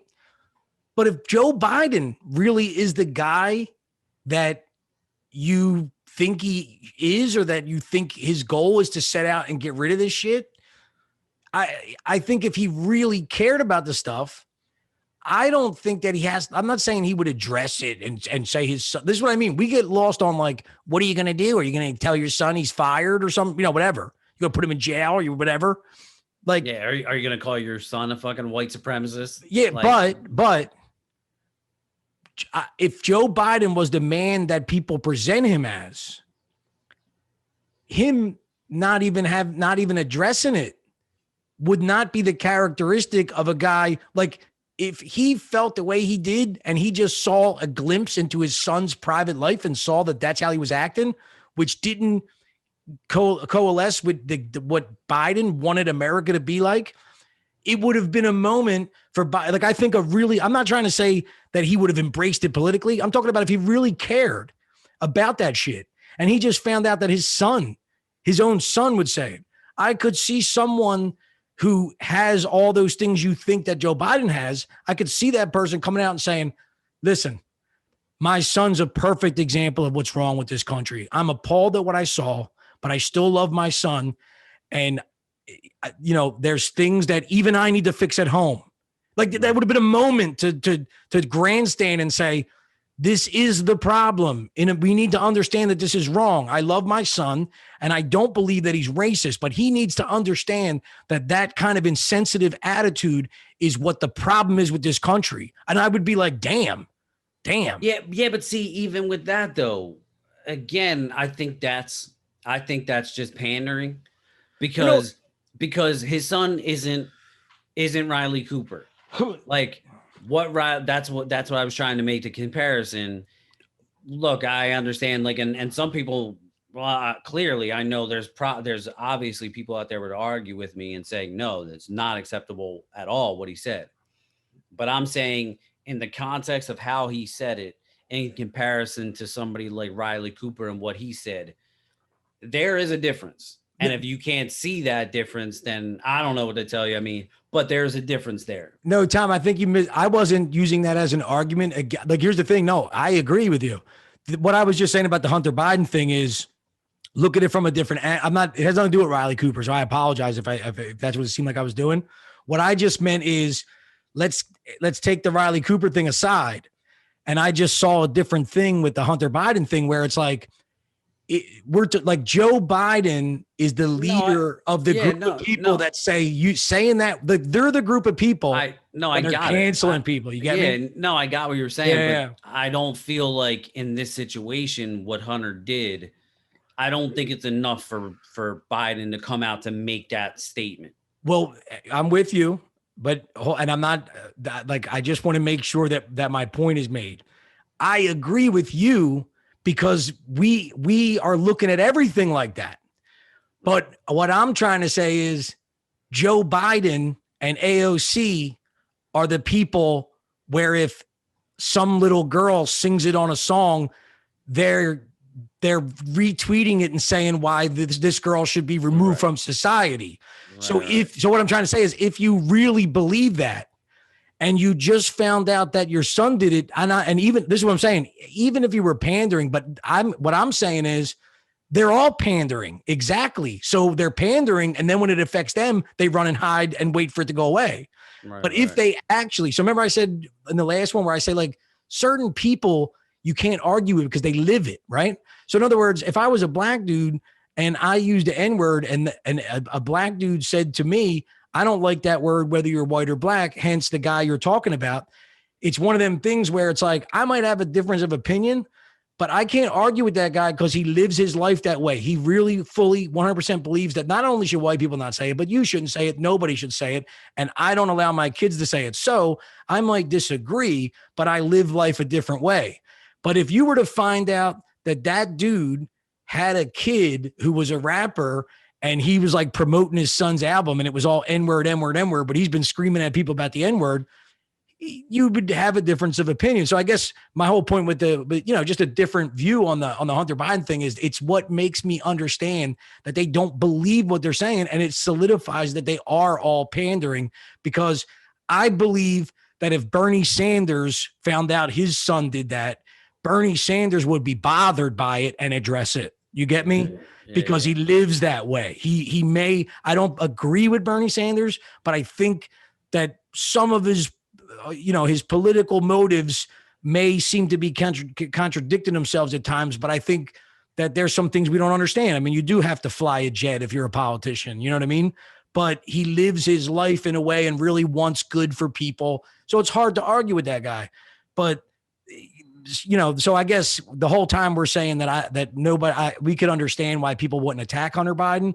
However, I think that actually what the left calls for, that they should be bothered by, that the president's son is a perfect example of what they're fighting against, and they don't even have to address. So in other words, you're not even bothered by the fact that your own son doesn't live that way. Well, this just made me think of Tom Hanks's son, Chet, I think his name is, right? Now, like, he wanted to be a rapper, and he was like hardcore gangster wannabe, and he was like on TMZ, and he actually caused a big scandal because he was like, oh, I can say it whenever I want. I'm allowed to say it. Which I thought, I was like, bro, that's fucking pretty ballsy. Like, Chet Hanks is the other Hanks, the one you don't really see that much, right? Exactly. He's actually been in some movies. He doesn't look like his dad. No, but he's actually been in like some small like role like movies. But like he wanted to be like a rapper, and he would just drop it left and right, and he's like, nah, man, I can use it whenever I want, blah blah blah. Now it just kind of made me laugh, because I'm like, I'm looking at this dude, I'm like, who the fuck are you, bro? You're Tom Hanks's fucking kid. You're privileged, fucking like the top of the fucking food chain privilege. And like, you're running around like somebody like that should have some fucking respect and be like, shut your fucking mouth. And then I imagine a guy like Tom Hanks, like, he's probably like, Jesus fuck, man, where the fuck did this kid come from? Like, what the fuck? Where the fuck did I go wrong? Yeah. And you're right too. Like this, and that's a good example though of where like, that's how it gets real tricky too, because it's like this is when I say it never carries over, I guess you can even do it in reverse too, where it's like, if I'm saying that like, it was okay for us to say it, because, whatever.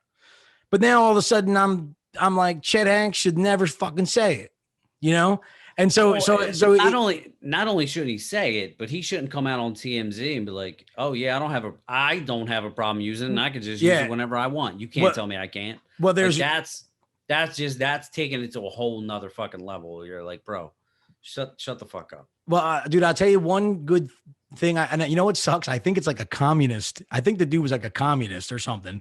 I think it's Karl Marx, right?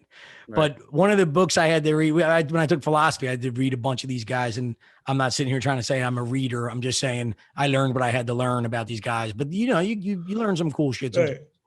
And some things stick with you forever. And one thing that stuck with me forever is, the old argument of, should you let a woman steal bread if it's for her starving kids, Yeah.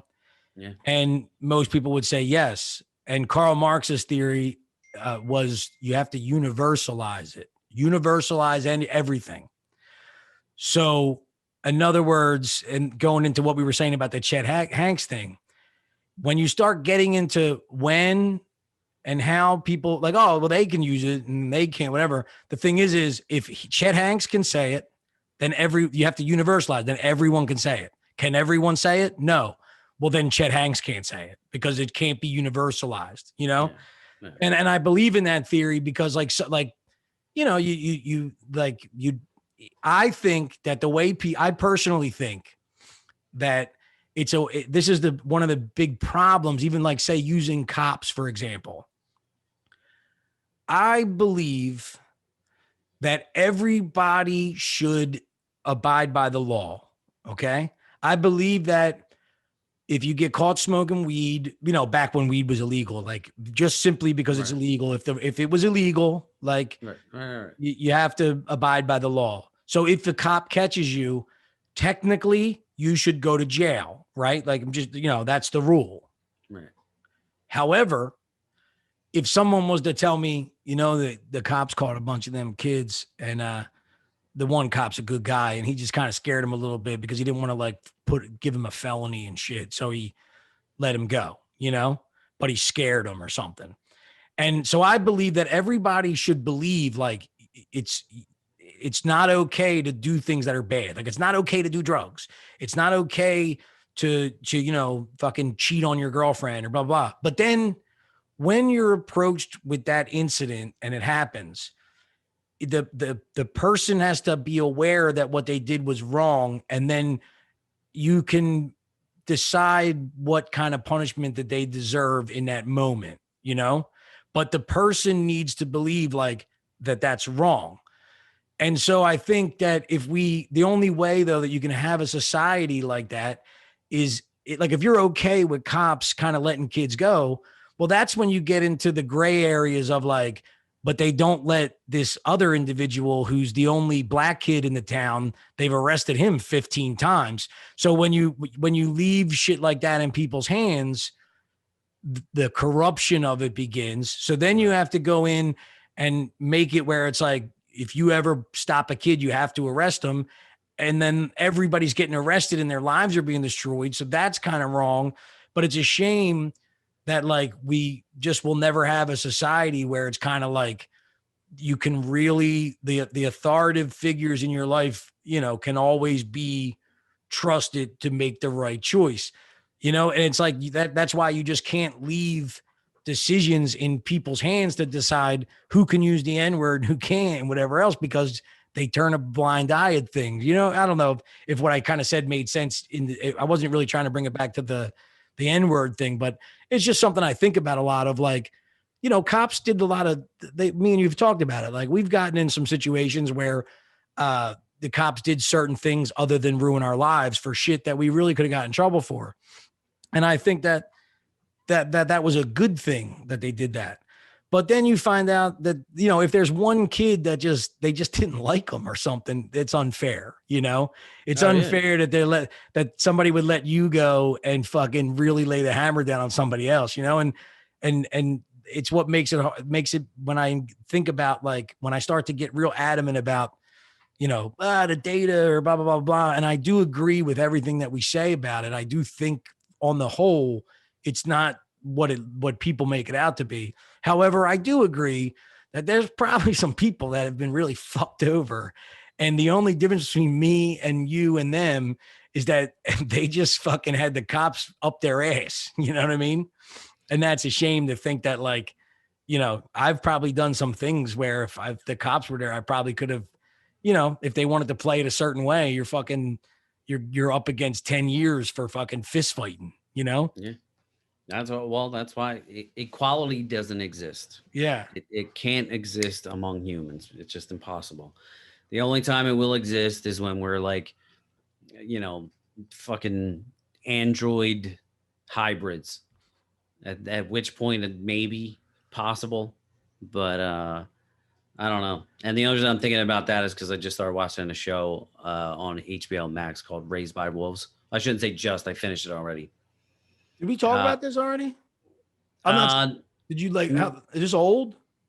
I don't know exactly how old. Maybe within the past year, possibly. I don't know. But I just watched it just recently. I just finished it, and it was an interesting concept. It was just set in the future, and it was like there was a war over religion against atheists and Catholics or whatever they believed in, and there were robots involved, and there was just this big war on Earth, and then they had to find other planets, and they commingled with robots, and it was interesting. But that's probably the only way we'll perfect humans is if we're not humans anymore. Yeah. Well, and I think that a crazy thing too is like when you start the really hard thing to battle with. And it actually, like, you can use technology as the example, but I think it's also other things that people are constantly trying to do. And it's one of these things where it's like, it's probably wrong to constantly try and perfect society. You know what I mean? But yet it's man's desire. It's what separates us from animals is the fact that we constantly develop tools. Like, in other words, a dinosaur was only the most powerful animal on the planet because it was the biggest, most powerful animal on the planet. But humans who are not the biggest, most powerful animal on the planet have learned that even though they're not as powerful as other animal, they can use their minds and develop technology to even overpower something much bigger than it. So it's like we're constantly trying to, I want to say better ourselves, but it actually doesn't, like, I don't know, like, is going to the moon and creating microwavable food bettering ourselves?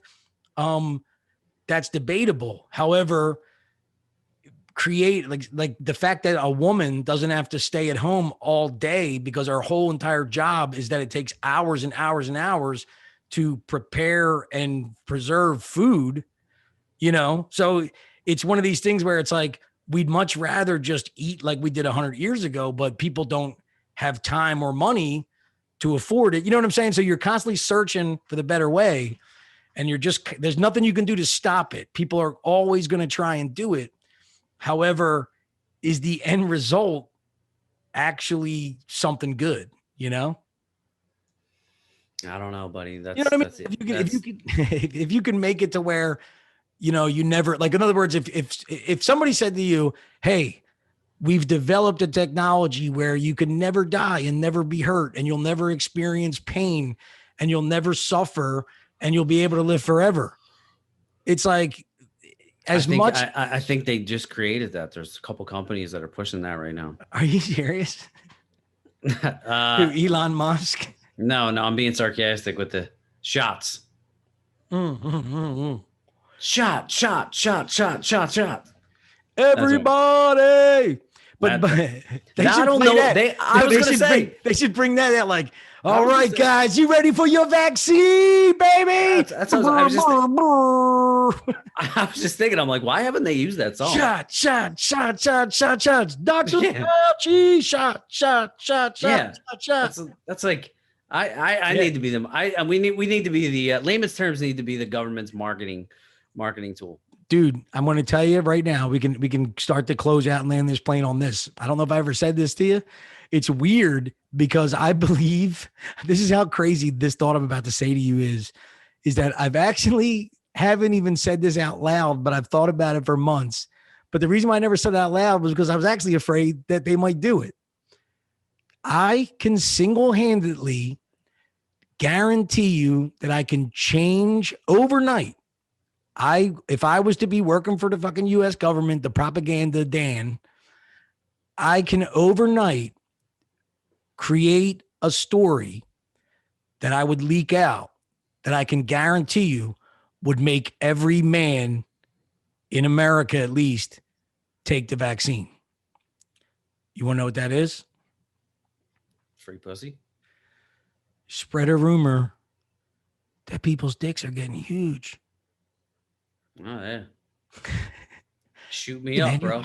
I heard one of my buddies took that shit and like his dick is huge now. Shoot me up, bro. Shoot me. Shots. Can I get, I'm going to need double the double. But I'm so afraid that rumor will start going around and I'll be like, even though I think that might have stemmed from me, I think I'm changing my mind on this vaccine.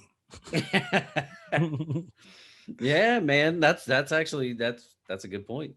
I think, dude, but here's the thing. There's no denying it would have, if somebody would have came out, if they're actually having a problem with that, if somebody would have just leaked out a little story, just started that rumor, just let it be a rumor, like however it works, let it be a rumor, then let it be discussed and people be like, that's ridiculous. And then fucking Alex Jones is like, I've heard it. It's really happening. Let me tell you. Let me tell you this vaccine. Yeah. People that hardcore, they're growing tree trunks everywhere. Hardcore deplorables would be like, Rusty, where did you go? Oh, nowhere. Did you get the shot? Oh, no, I swear, babe, I just went to the store. We're saving global warming because there's tree trunks going out all over the place. It's blocking out the sun. Oh, so you want to talk about the t-shirt? or you want to wait till we get a better t-shirt? No. Danny designed some t-shirts, man. So I got some t-shirts coming out for, I don't know if all three of you guys want to buy them at once, and we might be understocked, but we got some good t-shirts if you want. I haven't really, I'll figure it out. I'll put it somewhere where I'm going to put it. So maybe I'll put it under the YouTube thing or something, and I'll put a few links out. But we have shirts that are up now and available for sale. I'm going to try and put them on our website. Right now, they're on my website, that'sfunnystuff.com. So it's a pretty cool shirt. It's our album cover, and we're celebrating the 1-year anniversary with a cool ass t-shirt. So if you like us, if you love us, if you hate us, do us a favor, because we don't really care how you feel about us. We still get a couple dollars from it. So I like money. Even if you filmed burning the shirt. Yeah, burn the shirt. We don't care. Yeah. Get your layman's terms merch. Yeah, out now, man. LTP Army, baby. So thank you, everybody. Like, it's been a year again. It's been fun. This has been life-changing for me. Just, to be able to express a lot of things that I feel. Sometimes, even this conversation, it gets a little bit dicey, but I like talking. I like talking to people. I want to have more conversations with more people, to learn different perspectives, and to just kind of grow as a person, as an individual, to help me kind of, grow into this new world, I guess, whatever we're trying to accomplish. I don't know, but I just want to thank everybody that's really been giving us a chance and following us, to the people that we've had on, our guests. Yeah. All of our guests have been wonderful. We thank everyone, even the ones that didn't make it to the final cut. but the whole process has been pretty interesting, man. Like, even I can go back to, and I'm sure I've said it on here, so I won't, say it too much, but if you only understood, like, I think I'm an outgoing guy, whatever else. And it was so weird. Like, I was shitting my pants the first time we did one. And it's weird how much that's even, I wouldn't give a fuck what I look like or anything anymore. None of that shit matters to me. And I do love doing this. And I would thank everybody who, some of you guys maybe come and go, and I don't expect people to be fucking hanging on our every word, but there are some of you guys who, even through our worst episodes, have just showed support and listened and downloaded and liked and all that stuff. And another thing too, like Tommy was saying, is, look, we have these conversations, and but it's really important to me that you guys do understand that, like, first off, we know we ain't right all the time. And so the real goal of this thing is, like, because we're open-minded and we know that we don't know everything.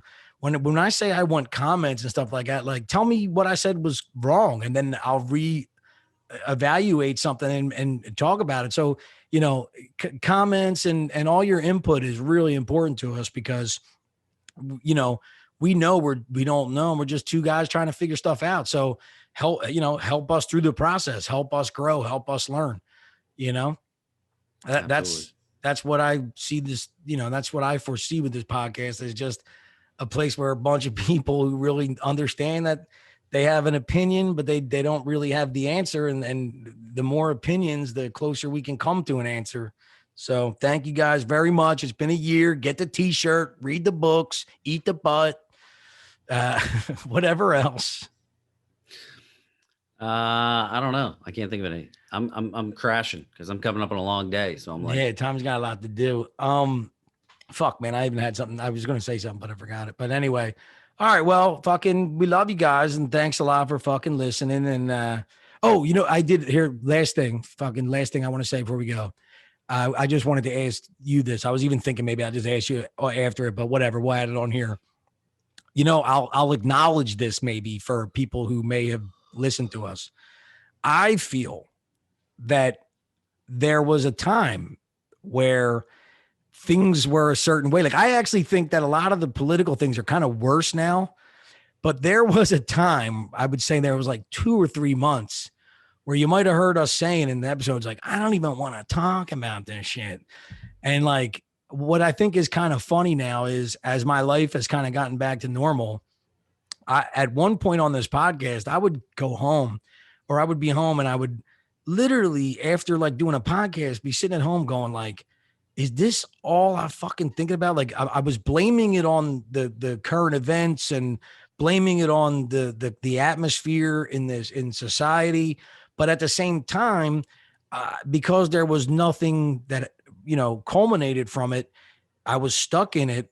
And I knew that these aren't the things I want to discuss or the way I want to discuss them or the way I want it to feel. But now moving forward, I actually, in the past couple of episodes, even though they may not have been great, it's like I actually feel like I could take a big breath of fresh air because I realized that I was right, that some of the things that were, the pressures on me or whatever, it's just funny that I realized that like when we're winging it in conversation, it doesn't feel so negative like it was at one point. Do you get what I'm saying, Tom? Or like, in other words, like I feel like that, like, thank God, whatever was going on then was just something out of my control and a passing phase. Does that make sense? Yeah, well, I mean, I think a lot of it had to do with the fact that you weren't working. Well, there were so many factors. Like, but was it just that I'm not working, so I'm fucking going crazy with politics? Like, we weren't working. You're in the house, and the only thing you got is just bombardment from whatever. But even still, I guess it's just good to know. And maybe, well, man, and then another thing too. This is what I mean about so many factors. Like, and maybe having the podcast was a bridge to get there. Maybe not. I don't know, but I just do want to say that that's the only reason why I brought that up was to say that these are the little progression things that it actually becomes kind of cool, because it's like, even if certain people may not get the same thing out of it, it's like, if I didn't have this podcast, I wouldn't have been so self-aware. Like, you know what I mean? Like, if I wasn't sitting down with you for 2 hours and talking about it and then listening to it, it's like me listening to myself going, dude, you got to fucking get out of this shit. You know what I mean? Like, yeah, and maybe if I didn't have that, I wouldn't even realize that that's where I was. So thank you, podcast. And yeah, man, it's been a cool experience. And I just want to say to anybody, if there's anything out there that you want to do and that you're afraid to do or you haven't done, do it, man. Fucking do it. Like, do it. Whatever it is, dude. Ain't nothing to it but to do it. And words of wisdom from layman's terms. All right, bro. Are you good, Tommy? Yes, sir. Thank you again, everybody. It's been great. We're gonna keep pumping them out. And along with comments, all that stuff. Shoot us some ideas if there's some issues that you would like to maybe hear us talk about. Let us know. Just whatever. Yeah. Give us some topics to discuss. Yeah. And whatever, we could go on forever, but I do want to give I'm just like, what the fuck? But I do want to also honestly say, like, dude, I really think, like, of course we had a lot of guests. They're all great. But, I really enjoy the fact that how much we engage with Jay. You know what I mean? And I just want to be there's other people that I could mention by name and stuff like that. But I do want to give a kind of thank you with Jay, because I think he was one of the more interesting relationships that came out of this, in a sense. And, he's such a cool dude, and he's always kind of throwing shit at us. And I guess the reason why I thought of him is because it's a perfect example of what I'm saying is, like, it's really cool when people can start from a different, people can start throwing you shit like that you don't know nothing about and asking your opinion on it and stuff like that. And so thanks a lot, Jay, or King Poe D, whatever the hell you call yourself, because you're hiding from kids that you don't know you have. But it was cool to have you on. So thanks. Yeah. And also, since we're giving a shout out, so I'll give one more shout out that when I came to Baltimore to visit Danny last weekend, check out a baseball game. We met. I met the Crossing Lines podcast. Crossing state lines. I'm sorry, crossing state lines. Yeah, Sherry and Joe. And they were really cool people. If they made it this far, I know they've listened to us. I know they kind of gave Danny a shout out for being a little inspiration to start their own podcast. And if they're listening to this episode and made it this far, it was really cool to meet you guys in person. And, congratulations on the podcast. And also, yeah, man. And yeah, and before we go, I'll just say like that's the thing that's so cool. So if anybody's out there that wants to do something like this, it's really shown me some things that I always wondered too, which is, you know, I've met a few people, not too many, but like even, you know, even though I already knew Sherry, I didn't know her boyfriend, and it's just kind of cool that like I feel like I'm part of something, and I think that that was something that may have been missing from, you know, something in my life where it's kind of like, you know, they're like you now we're podcasters and we know other podcasters and we've met other podcasters and we have friends that we met online through podcast, and it's pretty cool. It's pretty cool. So, like I said, ain't nothing to it but to do it, guys. Thank you very much. Tom, always a pleasure. You have to go to fucking work tomorrow. Hydroxychloroquine ain't no fucking joke, guys. There's no reason to censor it. Hunter Biden's laptop is real. Dogecoin is going to go to the fucking moon. Never ending story. Never ending story. All right, guys, get the shot. No, don't get the shot. Yeah. All right, dude. Later.